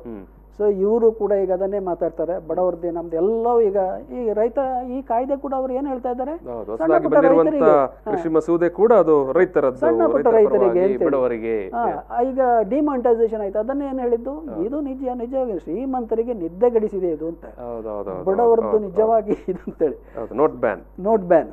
ಸೊ ಎಲ್ಲವೂ ಬಡವರನ್ನು ಉದ್ಧಾರ ಉದ್ಧಾರ ಮಾಡೋದು. ಇವರು ಸೀರಿಯಸ್ ಆಗಿ ಉದ್ಧಾರ ಮಾಡ್ತಿದ್ದರೆ ನಾನು ಹೇಳಿದ್ದಲ್ಲ ಇವತ್ತು ನಿಜವಾದ ಅರ್ಥದಲ್ಲಿ ಪ್ರತಿ ಬಜೆಟಲ್ಲಿ ಕನಿಷ್ಠ ಒಂದು 25% ಬಡವರಿಗೆ ಸಂಪನ್ಮೂಲ ವರ್ಗಾವಣೆ ಆಗ್ತಿದ್ರೆ ಇವತ್ತು ಭಾರತದಲ್ಲಿ ಬಡವರನ್ನು ಹುಡುಕಬೇಕಿತ್ತು ಅಂತ ಸ್ಥಿತಿ ಇದೆ.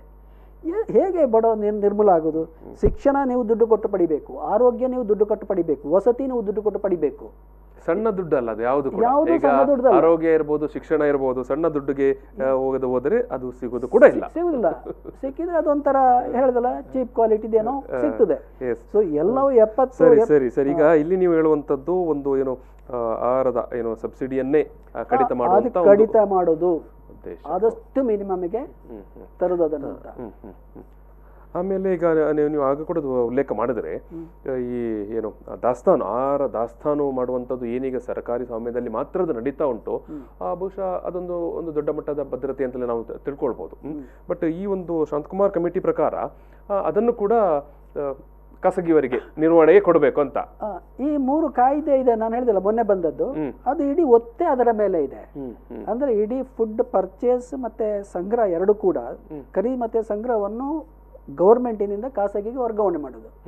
ಎಸೆನ್ಷಿಯಲ್ ಕಮಾಡಿಟೀಸ್ ಆಕ್ಟ್ ಅದರಲ್ಲಿ ನೋಡಿ ಎಲ್ಲ ಕಮಾಡಿಟಿಗಳನ್ನು ಆ ಕಾಯ್ದೆಯಿಂದ ಹೊರಗಿಟ್ಟಿದ್ದಾರೆ ಈಗ, ಆಹಾರ ಪದಾರ್ಥಗಳನ್ನು ಕೂಡ. ಸೊ ಹಾಗಾಗಿ ಇವತ್ತು ಸಣ್ಣ ಪುಟ್ಟ ಟ್ರೇಡರ್ಸ್ಗಳು ಇದನ್ನು ಪರ್ಚೇಸ್ ಮಾಡ್ತಾ ಇದ್ದಾರೆ. ಅವ್ರು ಯಾಕೆ ಸಣ್ಣ ಪುಟ್ಟವರಿದ್ದಾರೆ ಅಂತ ಹೇಳಿದ್ರೆ ಅದು ರೆಗ್ಯುಲೇಟ್ ಆಗಿದೆ. ಈಗ ರೆಗ್ಯುಲೇಟ್ ಕಿತ್ತು ಬಿಸಾಕಿದ್ದಾರೆ ಅವರು, APMC ಇಲ್ಲ, ಯು ಕ್ಯಾನ್ ಆಪರೇಟ್ ಫ್ರೀಲಿ ಅಂತ. ಇನ್ನು ನೋಡಿ 1 ವರ್ಷದ ಒಳಗೆ ದೊಡ್ಡ ದೊಡ್ಡ ಕಾರ್ಪೊರೇಟ್ಗಳು ಬರ್ತವೆ, ಮಲ್ಟಿನ್ಯಾಷನಲ್ಸ್ಗಳು. ಅಲ್ಲ ಈಗಾಗಲೇ ನಾವು ನೋಡಿದ್ದೇವೆ, ಯಾಕಂದ್ರೆ ನಮ್ಮ ಎಲ್ಲ ವ್ಯವಸ್ಥೆಯಲ್ಲಿ ಇವತ್ತು ಏನು ಖಾಸಗಿಯವರ ಹಿಡಿತ ಮತ್ತೆ ಸರ್ಕಾರ ಕೂಡ ಕರೆದು ಇರುವಂಥ ಸಾರ್ವಜನಿಕ ವ್ಯವಸ್ಥೆಗಳನ್ನು, ಕಂಪನಿಗಳನ್ನು ಎಲ್ಲ ಸರ್ಕಾರ ಇದು ಏನು ಪ್ರೈವೇಟ್ನವರಿಗೆ ಕೊಡ್ತಾ ಇರುವಂಥದ್ದು. ಬಂದರುಗಳಾಯ್ತು, ಏರ್ಪೋರ್ಟ್ಗಳಾಯ್ತು. ಅಲ್ಲ ನಮಗೆ ನಾವು ಜನರಿಗೆ ಏನು ಅರ್ಥ ಆಗಬೇಕು ಅಂತ ಹೇಳಿದ್ರೆ, ಈ ಕೊರೋನಾ ಬಂದದ್ದು ನೋಡಿ ಅದು ವರನ ಶಾಪ ಅಂತ ಹೇಳಿ ವರದ್ದು ಅದ್ರಲ್ಲಿ ಏನು ಅಂತ ಹೇಳಿದ್ರೆ ನೋಡಿ, ನಮ್ಮ ಹೆಲ್ತ್ ಸೆಕ್ಟರನ್ನು ಇವರು ಪ್ರೈವೇಟೈಸ್ ಮಾಡ್ತಾನೆ ಬಂದರು. 70% ಆಸ್ಪತ್ರೆಗಳು, ಡಾಕ್ಟ್ರುಗಳು 70-75% ಕೂಡ ಖಾಸಗಿಯೇ ಇದ್ದಾರೆ. ಅದರ ಹೊಡೆತ ನಾವು ಕೊರೋನಾ ಸಂದರ್ಭದಲ್ಲಿ ಅನುಭವಿಸಿದ್ದೇವೆ. ಅಲ್ಲ ಈಗಲೂ ಅನುಭವಿಸ್ತಾ ಇದ್ದೇವೆ. ಇವತ್ತಿಗೆ ಕೂಡ ಈ ಕ್ಷಣದಲ್ಲಿ ಕೂಡ ಎಲ್ಲಾ ಖಾಸಗಿ ಆಸ್ಪತ್ರೆಗಳು ಕೊರೋನಾದ ಒಂದು ಏನು ದುರ್ಲಾಭವನ್ನು ಪಡಿಲಿಕ್ಕೆ ಅಂದ್ರೆ ಜನರನ್ನು ಹಿಡಿದು ಸುಲಿಗೆ ಮಾಡುವಂತ ಕೆಲಸವನ್ನು ಮಾಡ್ತಾ ಇದ್ದಾರೆ, ದಂಧೆ ಮಾಡ್ತಾ ಇದ್ದಾರೆ. ಅಂದ್ರೆ ಇಂಥ ಒಂದು ಎಥಿಕ್ಸ್ ನ ಪ್ರಶ್ನೆನೇ ಇಲ್ಲ ಅಲ್ಲಿ ಬಿಡಿ. ಒಂದು ಇಲ್ಲದೆ ಎಲ್ರಿಗೂ ಪಾಸಿಟಿವ್ ಅಂತ ಹೇಳೋದು, 1 ಲಕ್ಷ 2 ಲಕ್ಷ ಬಿಲ್ ಮಾಡೋದು ಇದು ನಡೀತಾನೆ ಇದೆ. ಸೊ ಇದು ಯಾಕೆ ನಡೀತಾ ಇದೆ ಅಂತ ಹೇಳಿದ್ರೆ ಸರ್ಕಾರ ಖಾಸಗೀಕರಣ ಮಾಡಿದ್ರಿಂದಲ್ಲ. ಒಂದು ವೇಳೆ ಸರ್ಕಾರ ಆರೋಗ್ಯ ಮತ್ತೆ ಶಿಕ್ಷಣದಲ್ಲಿ ಖಾಸಗಿ ಕ್ಷೇತ್ರನೇ ಇಲ್ಲ, ಕೇವಲ ಸರ್ಕಾರ ಮಾತ್ರ ಕೊಡುತ್ತದೆ. ಯಾವ ವಿದ್ಯಾರ್ಥಿ ಏನ್ ಕಲಿತಾನೆ ಅವನಿಗೆ ಅಷ್ಟನ್ನು ಕೂಡ ಕಲಿಸ್ತೇವೆ ಅಂತ ಹೇಳಿದ್ರೆ ಈ ದೇಶ ಇವತ್ತು ತುಂಬಾ ಸುಧಾರಣೆ ಆಗ್ತಾ ಇತ್ತು. ನಾವು ಸುಮ್ಮನೆ ಇಲ್ಲಿ ಕೂತ್ಕೊಂಡು ನಾವು ಜಪಾನ್ ಅನ್ನು, ಜರ್ಮನಿ ಅನ್ನು, ಫಿನ್ಲ್ಯಾಂಡ್ ಅನ್ನು ಉದಾಹರಣೆಯಾಗಿ ಬಳಸೋದಕ್ಕಿಂತ ನಮ್ಮನ್ನೇ ಹೇಳಿಕೊಳ್ಳಬಹುದಿತ್ತು. ನಾನು ಹೇಳ್ತಾ ಇರೋದಲ್ಲ, ಇವರು ಬಡತನ ನಿರ್ಮೂಲನೆ ಮಾಡುತ್ತೇನೆ ಅಂತೇಳಿ ಅವ್ರಿಗೆ ಪಡಿತರ ಕೊಡೋ ಅಗತ್ಯನೇ ಇಲ್ಲ. ಶಿಕ್ಷಣ ಆರೋಗ್ಯ ಕೊಟ್ಟರು ಸಾಕು ಅವರಿಗೆ, ಎಲ್ರಿಗೂ ಯೂನಿವರ್ಸಲ್ ಎಜುಕೇಷನ್, ಯೂನಿವರ್ಸಲ್ ಹೆಲ್ತ್. ಮತ್ತೆ ನನಗೆ ಗೊತ್ತಿರೋ ಹಾಗೆ ನಮ್ಮಲ್ಲಿ ಕೇವಲ ಸರ್ಕಾರಿ ಶಾಲೆಗಳು ಮತ್ತೆ ಸರ್ಕಾರಿ ಕಾಲೇಜುಗಳು ಅಂತ ಇರ್ತಿದ್ರೆ ಪ್ರಧಾನಿಯ ಮಕ್ಕಳು ಕೂಡ ಅದೇ ಶಾಲೆಗೆ ಹೋಗ್ಬೇಕು, ಜನಸಾಮಾನ್ಯರ ಮಕ್ಕಳು ಕೂಡ ಅದೇ ಶಾಲೆಗೆ ಹೋಗ್ಬೇಕು ಅಂದ್ರೆ ಆ ಶಾಲೆ ಗ್ಯಾರಂಟಿ ಇಂಪ್ರೂವ್ ಆಗ್ತದೆ. ಅಂದ್ರೆ ಈಗ ಓಕೆ ಯಾಕಂದ್ರೆ ಈಗ ಆಹಾರ ಧಾನ್ಯವನ್ನು ಸಂಗ್ರಹ ಮಾಡುವಂತ ಒಂದು ಕೆಲಸವನ್ನು ಏನು ಇವತ್ತು ಸರ್ಕಾರವೇ ಮಾಡ್ತಾ ಇತ್ತು, ಸರ್ಕಾರದ ವ್ಯಾಪ್ತಿಯಲ್ಲೇ ನಡೀತಾ ಇತ್ತು. ಬಹುಶಃ ಈ ಒಂದು ಏನು 1 ನೇಷನ್ 1 ರೇಷನ್ ಜಾರಿಯಾಗುವ ಸಂದರ್ಭದಲ್ಲಿ ಬಹುಶಃ ಎಲ್ಲ ದಾಸ್ತಾನು ಸಂಗ್ರಹ ಖಾಸಗಿಯವರ ಕೈಯಲ್ಲಿ ಹೋಗ್ತದೆ. ಇವರಿಗೆ ಆಕ್ಚುಲಿ ಇವತ್ತು ಕೊರೋನಾದಿಂದ ನಮಗೆ ಒಂದು ಜನರು ದಂಗೆ ಎಳೆದ ಸ್ಥಿತಿ ಯಾಕೆ ಬಂದಿದೆ ಅಂತ ಹೇಳಿದ್ರೆ, ಫುಡ್ ಕಾರ್ಪೊರೇಷನ್ ಇಂಡಿಯಾದಲ್ಲಿ ಬಿಲಿಯನ್ ಗಟ್ಲೆ ಫುಡ್ ಇದೆ, ಅದನ್ನು ಕೊಡ್ತಾ ಇದ್ದಾರೆ, ಜನ ಏನೋ ಉಸಿರಾಡ್ತಾ ಇದ್ದಾರೆ. ಈಗ ಇದೇ ಏನು 4-5 ವರ್ಷ ಆಗುವಾಗ ಖಾಸಗಿಯವರು ದಾಸ್ತಾನು ಮಾಡಿ ಇಟ್ಕೊಳ್ತಾರೆ, ಫುಡ್ ಕಾರ್ಪೊರೇಷನ್ ಏನು ಇರುವುದಿಲ್ಲ. ಇಂಥದ್ದೊಂದು ಪೆಂಡಮಿಕ್ ಆಗ ಬರ್ತದೆ ಅಂತ ಇಟ್ಕೊಳ್ಳಿ, ಎಲ್ಲಿ ಹೋಗ್ತದೆ ಸರ್ಕಾರ? ಆಗ ಪರಿಸ್ಥಿತಿಯನ್ನು ಊಹಿಸಿಕೊಳ್ಳಿಕ್ಕೆ ಸಾಧ್ಯ ಇಲ್ಲ. ಈಗ ನಾವು ಆಸ್ಪತ್ರೆಯಲ್ಲಿ ಏನು ನೋಡ್ತಾ ಇದ್ದೇವಲ್ಲ ಅದೇ ಸ್ಥಿತಿ ಆಹಾರಕ್ಕೂ ಬರ್ತದೆ. ಯಾರಲ್ಲಿ ದುಡ್ಡಿದ್ದಾವ ಅವ ಪರ್ಚೇಸ್ ಮಾಡಿ ಊಟ ಮಾಡ್ಬೋದು. ಅಲ್ಲ ಮತ್ತೆ ಖಾಸಗಿಯವರು ಬೇಕಾದಾಗ ಎಕ್ಸ್ಪೋರ್ಟ್ ಕೂಡ ಮಾಡ್ಬೋದು, ಖಂಡಿತ ಮಾಡ್ಬೋದು ಅವರು. ಈಗ ಮತ್ತೆ ಜನಸಾಮಾನ್ಯರ ನೆಲೆಗೆ ಬರುವಾಗ ನನಗೆ ಇದ್ದ 2 ಪ್ರಮುಖ ಏನು ವಿಚಾರಗಳು, ಯಾಕಂತ ಹೇಳಿದ್ರೆ ಇದು ಒಂದು ನಾಳೆ ಅದು ಕಾರ್ಡ್ ಸ್ವರೂಪದಲ್ಲೋ ಏನೋ ಅದನ್ನು ಜಾರಿ ತರಬಹುದು. ಯಾಕಂದ್ರೆ ಯೂನಿವರ್ಸಲ್ ಆಗಿ ನೀವು ಈಗ ನಾವು ATM ಕಾರ್ಡ್ ಅನ್ನು ಬಳಸ್ತೇವಲ್ಲ, ಈ ದೇಶದ ಎಲ್ಲಿ ಕೂಡ ಹೋಗಿ ಯಾವುದೇ ATM ಮಿಷನ್ಗೆ ಹಾಕಿದ್ರೆ ದುಡ್ಡು ಬರುತ್ತೆ ಅಂತ ಸಿಸ್ಟಮ್ ಬರ್ತದೆ, ಅಂತದೇ ಒಂದು ಕಾರ್ಡ್ ಬರ್ಬೋದು. ಸೊ ATM ಒಂದು ಮಿಷನಲ್ಲಿ ಹೋಗಿ ದುಡ್ಡು ಬಂದಿಲ್ಲ ಅಂತ ಹೇಳಿದ್ರೆ ಇನ್ನೊಂದು ಮಿಷನ್ ಹುಡುಕಿಕೊಂಡು ಹೋಗ್ತೇವೆ. ನನ್ನದೇ ಬ್ಯಾಂಕಿನದ್ದು ಇಲ್ಲ ಅಂತ ಹೇಳಿದ್ರೆ ಮತ್ತೊಂದು ಬ್ಯಾಂಕ್ ಆದರೂ ಅಂತ ಹೋಗ್ತೇವೆ. ಕೆಲವೊಮ್ಮೆ ಕೆಲ ರಸೀದಿ ಮಾತ್ರ ಬರ್ತದೆ. ಹೌದು, ನಿಮಗೆ ಡೆಬಿಟ್ ಆಗಿದೆ, ದುಡ್ಡು ಬರುವುದಿಲ್ಲ ಅಂತ ಸ್ಥಿತಿ ಇರಬಹುದು. ಸೊ ಅಂತ ಸ್ಥಿತಿಯಲ್ಲ ಈ ಕಾರ್ಡ್ ಅಲ್ಲಿ ಒದಗಿದ್ರೆ ಈ ಒಪ್ಪತ್ತಿನ ಊಟಕ್ಕಾಗಿ ಅಂತ ಏನು ಕಾದು ಬಂದಿರುವವನು ಏನ್ ಮಾಡೋದು? ಅದೇ ನಾನು ಹೇಳಿದಲ್ಲ, ಅವನ ಸ್ಥಿತಿ ತುಂಬ ಗಂಭೀರ ಆಗ್ತಾ ಇದೆ. ಈಗ ನಮಗೆ ATM ಅಲ್ಲಿ ಡೆಬಿಟ್ ಆದರೆ ಅಮೌಂಟ್ ಬರೋ ಇದ್ದರೂ ಡೆಬಿಟ್ ಆದರೆ ನಾಳೆ ಅದು ಪುನಃ ಕ್ರೆಡಿಟ್ ಆಗ್ತದೆ ಅಂತ ಜನರಲ್ ನಾಲೆಜ್ ಬ್ಯಾಂಕಲ್ಲಿ ಹೋಗಿ ಕೇಳ್ಬೋದು. ನೀವು ಇಲ್ಲಿ ಏನಾದರೂ ಇಂಥ ಇದಾದರೆ ನೀವು ಎಲ್ಲಿ ಕೇಳ್ತೀರಾ? ಅಷ್ಟು ಕೇಳೋ ಇಡೀ ಆ ಪ್ರೋಸೆಸ್ ಇದೆ ಅಲ್ವಾ ನಿಮಗೆ. 1 ವಾರ 2 ವಾರ 1 ತಿಂಗಳು ಅಲ್ಲಿವರೆಗೆ ಏನು ಮಾಡ್ತೀರಾ ಊಟಕ್ಕೆ? ಇದನ್ನೇ ನಂಬಿದವರು ಅಲ್ಲ, ಇದನ್ನು ನಾವು ಈ ಮೊದಲು ಕೂಡ ನೋಡಿದ್ದೇವೆ ಸರ್. ಈ ಬಯೋಮೆಟ್ರಿಕ್ ಅಂತ ಏನ್ ರೇಷನ್ ಕಾರ್ಡ್ ಜಾರಿಗೆ ಬರುವ ಸಂದರ್ಭದಲ್ಲಿ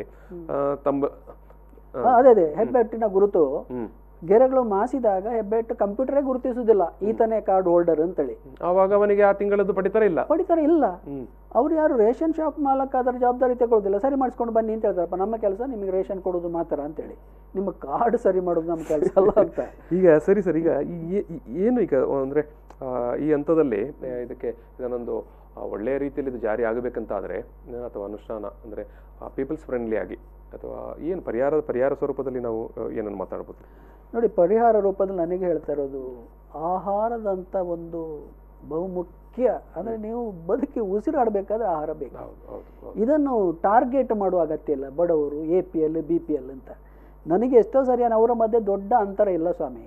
ಯಾವನೋ ಒಬ್ಬರಲ್ಲಿ ಬೈಕ್ ಒಂದು ಟಾರಸಿ ಮನೆ ಇದ್ದ ಕೂಡಲೇ ಅವ ಶ್ರೀಮಂತ ಅಲ್ಲವ. ಇವತ್ತು ನಮ್ಮ ಕರಾವಳಿ ಭಾಗದಲ್ಲಂತೂ ಯಾಕಂತ ಹೇಳಿದ್ರೆ ಮೊದಲೆಲ್ಲ ನಾವು ಮಂಗಳೂರು ಅಂಚುಗಳು ಹಾಕಿ ಮನೆ ಕಟ್ತಾ ಇದ್ದೆವು. ಹೌದು, ಈಗ ಇದು ಮನೆ ಕಟ್ಟಲಿಕ್ಕೆ ಬೇಕಿದ್ರೆ ಬಿದಿರು ಇಲ್ಲ, ಪಕ್ಕಾಸು ಮಾಡ್ಲಿಕ್ಕೂ ಅಥವಾ ತೆಂಗು ಈಗ ಯಾರು ಅದನ್ನು ಸಪ್ಲೈ ಮಾಡೋದಿಲ್ಲ, ತೆಂಗಿನ ಮರವನ್ನು ಪಕ್ಕಾಸು ಮಾಡಿ. ಮತ್ತೆ ಅಂಚಿನ ಫ್ಯಾಕ್ಟ್ರಿಗಳಿಗಿಲ್ಲ.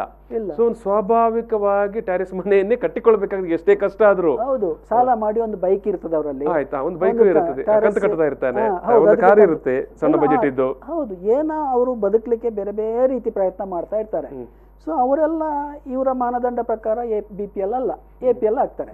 ಬಟ್ ಈ ಕೊರೋನಾ ಸಂದರ್ಭದಲ್ಲಿ ಏನಾಗಿದೆ ಅಂತ ಹೇಳಿದ್ರೆ ಎಷ್ಟೋ BPL ಕುಟುಂಬಗಳು ಅಂದರೆ ಅಬೌವ್ APL ಕುಟುಂಬಗಳು ಅವರೆಲ್ಲ BPL ಆಗಿದ್ದಾರೆ. ಅವ್ರಿಗೆ ನಿಜವಾದ ಸಮಸ್ಯೆ ಹೇಗಿದೆ. ಸೊ ಇಂಥ ಸಂದರ್ಭ ಅಲ್ಲ, ಯಾವತ್ತೂ ಕೂಡ ನಾನು ಆಹಾರ ಪದಾರ್ಥವನ್ನು ಟಾರ್ಗೆಟ್ ಮಾಡಿ ಇವರಿಗೆ ಅಂತ ಯಾರಿಗೆ ಅಗತ್ಯ ಇದೆ ಅವರಿಗೆಲ್ಲ ಯೂನಿವರ್ಸಲ್ ರೇಷನ್ ಕೊಡಬೇಕದು. ಅಲ್ಲಿ ಅಗತ್ಯ ಇದ್ದವ್ರು ಯಾರು ಕೂಡ ತಗೊಳ್ಬೋದು ಅಂತ. ನಾವು ನೋಡ ಮಹಾನ್ ಸಂಸ್ಕೃತಿ ನಮ್ದು ಅದಿದೆ ಇದಿದೆ ಅಂತ ನಾವು ಕೊಚ್ಚಿಕೊಳ್ತೇವಲ್ಲ. ಸಂಸ್ಕೃತಿಯ ಲಕ್ಷಣ ದೇವಸ್ಥಾನ ಮಠ ಮಂದಿರದಲ್ಲ. ನಿಜವಾದ ಸಂಸ್ಕೃತಿಯ ಲಕ್ಷಣ ಏನು ಅಂತ ಹೇಳಿದ್ರೆ ಒಂದು ಸಮಾಜದಲ್ಲಿ ಕಟ್ಟ ಕಡೆ ವ್ಯಕ್ತಿಯನ್ನು ಆ ಸಮಾಜ ಹೇಗೆ ನೋಡ್ತದೆ ಅಂತೇಳಿ. ಅವನಿಗೆ ಊಟ ಕೊಡ್ತೀರಾ, ಅವನಿಗೆ ವಸತಿ ಸಿಗ್ತದ, ಅವನಿಗೆ ಊಟ ಕೊಡ್ತೀರಾ, ಅವನಿಗೆ ಬದುಕಿ ಅವಕಾಶ ಮಾಡಿಕೊಡ್ತೀರಾ, ಮಾನ ಸಮ್ಮಾನ ಶಿಕ್ಷಣ ಕೊಡ್ತೀರಾ ನೀವು. ಹಾಗಿದ್ರೆ ಆ ಸಂಸ್ಕೃತಿಯನ್ನು ಮಹಾನ್ ಸಂಸ್ಕೃತಿ ಅಂತ ಹೇಳ್ಬೋದು. ಸುಮ್ಮನೆ ನಮ್ಮಲ್ಲಿ ದೇವಸ್ಥಾನ ಇದೆ, ಅದಕ್ಕೆ 40 ಕೋಟಿಯ ಕಿರೀಟ ಇದೆ, ಇದೆಲ್ಲ ಅಲ್ಲ ಸ್ವಾಮಿ. ದೇವಸ್ಥಾನದಾಗೆ ಮಠ ಮಂದಿರಗಳು ಚರ್ಚುಗಳು ಇದನ್ನೆಲ್ಲ ಸೇರಿಸಿಕೊಂಡು ಹೇಳೋದು ಇದಲ್ಲ ಒಂದು ಸಂಸ್ಕೃತಿಯ ಲಕ್ಷಣ. ಒಂದು ಸಂಸ್ಕೃತಿಯ ಬಹುದೊಡ್ಡ ಲಕ್ಷಣ ಅಂತ ಹೇಳಿದ್ರೆ ಆ ಸಮಾಜ ಎಲ್ಲರೂ ಕಟ್ಟ ಕಡೆ ವ್ಯಕ್ತಿಗೆ ಏನು ಮಾಡ್ತೀರಿ ನೀವು? ಹೌದು ಹೌದು ಹೌದು ಹೌದು ಹೌದು ಯಾಕಂತ ಹೇಳಿದ್ರೆ ಇವತ್ತು ನಮ್ಮ ಗ್ರಾಮೀಣ ಭಾಗದಲ್ಲಿ ಅಥವಾ ಆದಿವಾಸಿಗಳನ್ನು ಎಲ್ಲ ನಾವು ಕಂಪೇರ್ ಮಾಡಿದಾಗ ಅವರು ಎಷ್ಟೋ ಸಂದರ್ಭದಲ್ಲಿ ಇಂಥ ವ್ಯವಸ್ಥೆ ಸೌಲಭ್ಯಗಳಿರುವಲ್ಲಿಗೆ ಅವರಿಗೆ ರೀಚ್ ಆಗಲಿಕ್ಕೇನೆ ಆಗೋದಿಲ್ಲ. ಅಂಥವರ ಕಾಲಬುಡಕ್ಕೆ ಹೋಗಿ ಅವರಿಗೆ ಅನ್ನ ಕೊಡುವಂಥದ್ದು ಬಹುಶಃ ಅದು ನಿಜವಾಗಿ ಒಂದು ಸಮಾಜದ ಒಂದು ಬಹುದೊಡ್ಡ ಒಂದು ಸಂಸ್ಕೃತಿ ಬಹುದೊಡ್ಡ ಗುಣ ಅದು. ಸೊ ಅಲ್ಲಿ ನಾವು ಇವರಿಗೆ ಕೊಡ್ತೇವೆ ಅವರಿಗೆ ಕೊಡ್ತೇವೆ ಅಂತ ಹೇಳಿದ ಒಂದು ಸಂಸ್ಕೃತಿ ಒಳ್ಳೆ ಲಕ್ಷಣ ಅಲ್ಲ ಅದು. So it should be universalised. ಎರಡನೇದು ನನ್ನ ಬಹುದೊಡ್ಡ ಸಲಹೆ ಏನು ಅಂತ ಹೇಳಿದ್ರೆ ಎಲ್ಲವನ್ನು ಕೇಂದ್ರೀಕರಣ ಮಾಡೋದ್ರಿಂದ ದೂರ ಇರಿ. Don't centralise, please decentralise. ಯಾಕೆ ನಮ್ಮದೊಂದು ಬಹುಭಾಷೆಯ ಬಹುಸಂಸ್ಕೃತಿಯ ತುಂಬ ಏರಿಳಿತ ಅಂದರೆ ತುಂಬ ಬಡವರು ಶ್ರೀಮಂತ ಬೇರೆ ಬೇರೆ ಆಹಾರ ಪದ್ಧತಿ ಇರುವ ಒಂದು ವ್ಯವಸ್ಥೆ. ಇಲ್ಲಿ ನೀವು ಎಲ್ಲವನ್ನು ಕೊಂಡೋಗಿ ಒಂದು ದಿಕ್ಕಲ್ಲಿ ಸೆಂಟ್ರಲೈಸ್ ಮಾಡಿಕೊಂಡು ಮಾಡ್ತೇವೆ ಅಂತ ಹೇಳಿದ್ರೆ ಅಂದ್ರೆ ಕೊಲೋನಿಯಲಿಸಮ್ ಬ್ರಿಟಿಷರು ಮಾಡಿದಾಗ ಆಗ್ತದೆ. This is not the way. ನಿಮಗೆ ನಿಜವಾಗಿ ಪರಿಹಾರ ಬಡವರ ಬಗ್ಗೆ ಕಾಳಜಿ ಇದ್ದರೆ ಡಿಸೆಂಟ್ರಲೈಸ್ ಮಾಡಿ, ಕೇಂದ್ರೀಕರಣ ಮಾಡಿ ಅದನ್ನು ಮನೆ ಮನೆಗೆ ತಲುಪಿಸಿ. ಅವರಿಗೆ ಯಾಕೆ ಒಂದು ಪಂಚಾಯಿತಿ ಮಟ್ಟದಲ್ಲಿ ಯಾವುದೇ ದುರುಪಯೋಗ ಆದರೂ ಅವ ಎಷ್ಟು ದರೋಡೆ ಹೋದ್ರೆ ಅವನು ಸ್ವಿಸ್ ಬ್ಯಾಂಕ್ ಅಲ್ಲಿ ಕೊಂಡೋಗಿ ಇಡುವುದಿಲ್ಲಲ್ವಾ, ಅವನು ಅಲ್ಲೇ ಇಡ್ತಾನ, ಜನರಿಗೆ ಗೊತ್ತಾಗ್ತದಲ್ವಾ, ಅವ್ನು ನೆಕ್ಸ್ಟ್ ಬದಲಾಯಿಸ್ತಾರೆ, ಮತ್ತೊಬ್ಬರನ್ನ ಆಯ್ಕೆ ಮಾಡ್ತಾರೆ. ಬಟ್ ಈಗಿನ ಸಿಸ್ಟಮ್ ಅಲ್ಲಿ ಜಿಲ್ಲೆಯಲ್ಲಿ ರಾಜ್ಯದಲ್ಲಿ ಡೆಲ್ಲಿಯಲ್ಲಿ ಏನೋ ನಡೆದ್ರೆ ನಮಗೆ ಏನು ಗೊತ್ತಾಗ್ತದೆ ಯಾರು ಕರಪ್ಟ್ ಯಾರು ದುರುಪಯೋಗ ಮಾಡಿದ್ದಾರೆ ಅಂತ ಹೇಳಿ. ಸರಿ ಸರ್, ಸರಿ ಸರ್, ಸರಿ. So these are the two very important solution. Yes yes yes yes ಅದೇ ಒಟ್ಟು ಈ ಒಂದು ಒನ್ ನೇಷನ್ ಒನ್ ರೇಷನ್ ಆ ಸಂದರ್ಭದಲ್ಲಿ ಅದು ಅನುಷ್ಠಾನಕ್ಕೆ ಬರುವಾಗ, ಯಾಕಂತ ಹೇಳಿದ್ರೆ ಇವತ್ತು ಅದನ್ನು ಒಂದು ನೋಡುವಾಗ ಅದು ತುಂಬ ಅಂದವಾಗಿ ಕಾಣಬಹುದು ಅಥವಾ ಘೋಷಣೆ ಕೂಡ ಚಂದವಾಗಿ ಕೇಳಬಹುದು. ಆದರೆ ಅನುಷ್ಠಾನಕ್ಕೆ ಬರುವಾಗ ಸಾಕಷ್ಟು ಅದರಲ್ಲಿ ಸಮಸ್ಯೆಗಳು ಎದುರಾಗುತ್ತೆ ಅನ್ನೋದ ವಿಚಾರವನ್ನು ಇಲ್ಲಿ ನಾವು ನಮ್ಮ ಒಂದು ಚರ್ಚೆಯಲ್ಲಿ ಬಂತು. ಜೊತೆಗೆ ಅವರ ಪರಿಹಾರ ಅಂತ ಅದು ಮಾತಾಡುವ ಸಂದರ್ಭದಲ್ಲಿ ಪ್ರತಿ ಬಡವನಿಗೂ ಅಥವಾ ಪ್ರತಿ ಅರ್ಹನಿಗೂ ಅವನ ಮನೆ ಬಾಗಿಲಿಗೆ ತಲುಪಿಸುವಂಥ ಇವತ್ತು ಏನು ಆಹಾರದ ಬೇಡಿಕೆ ಇದೆ ಅದನ್ನು ತಲುಪಿಸುವಂಥದ್ದೇ ಒಂದು ಒಳ್ಳೆಯ ಪದ್ಧತಿ, ಒಳ್ಳೆಯ ಒಂದು ಸಂಸ್ಕೃತಿಯ ಲಕ್ಷಣ ಅನ್ನುವ ವಿಚಾರವನ್ನು ಕೂಡ ಇವತ್ತು ನಮ್ಮ ಈ ಒಂದು ಚರ್ಚೆಯಲ್ಲಿ ಚಂದ್ರ ಪೂಜಾರಿ ಅವರು ನಮ್ಮ ಒಂದು ಸಂವಾದ ಸಂದರ್ಭದಲ್ಲಿ ಮಾತಾಡಿದ್ದಾರೆ. ಚಂದ್ರ ಪೂಜಾರಿ ಈ ಒಂದು ಚರ್ಚೆಯಲ್ಲಿ ಭಾಗವಹಿಸಿದ್ದಕ್ಕಾಗಿ ನಿಮಗೆ ನಾನು ವಿಪರ್ ಸ್ಟುಡಿಯೋದ ಪರವಾಗಿ ಮತ್ತು ವೀಕ್ಷಕರ ಪರವಾಗಿ ಪ್ರೀತಿಯಿಂದ ಧನ್ಯವಾದವನ್ನು ಸಲ್ಲಿಸ್ತಾ ಇದ್ದೇನೆ. ವೀಕ್ಷಕರೇ, ಈ ಒಂದು ಚರ್ಚೆ ಎಲ್ಲಿಗೆ ಸಮಾಪನ ಆಗ್ತಾ ಇದೆ. ನಮಸ್ಕಾರ. ಪ್ರಚಲಿತ ಈ ಕಾರ್ಯಕ್ರಮದ ಪ್ರಾಯೋಜಕರು ರೋಹನ್ ಕಾರ್ಪೊರೇಷನ್, ಸಹ ಪ್ರಾಯೋಜಕರು father Mullers charitable trust, SDM college Ujire, VK furniture and electronics.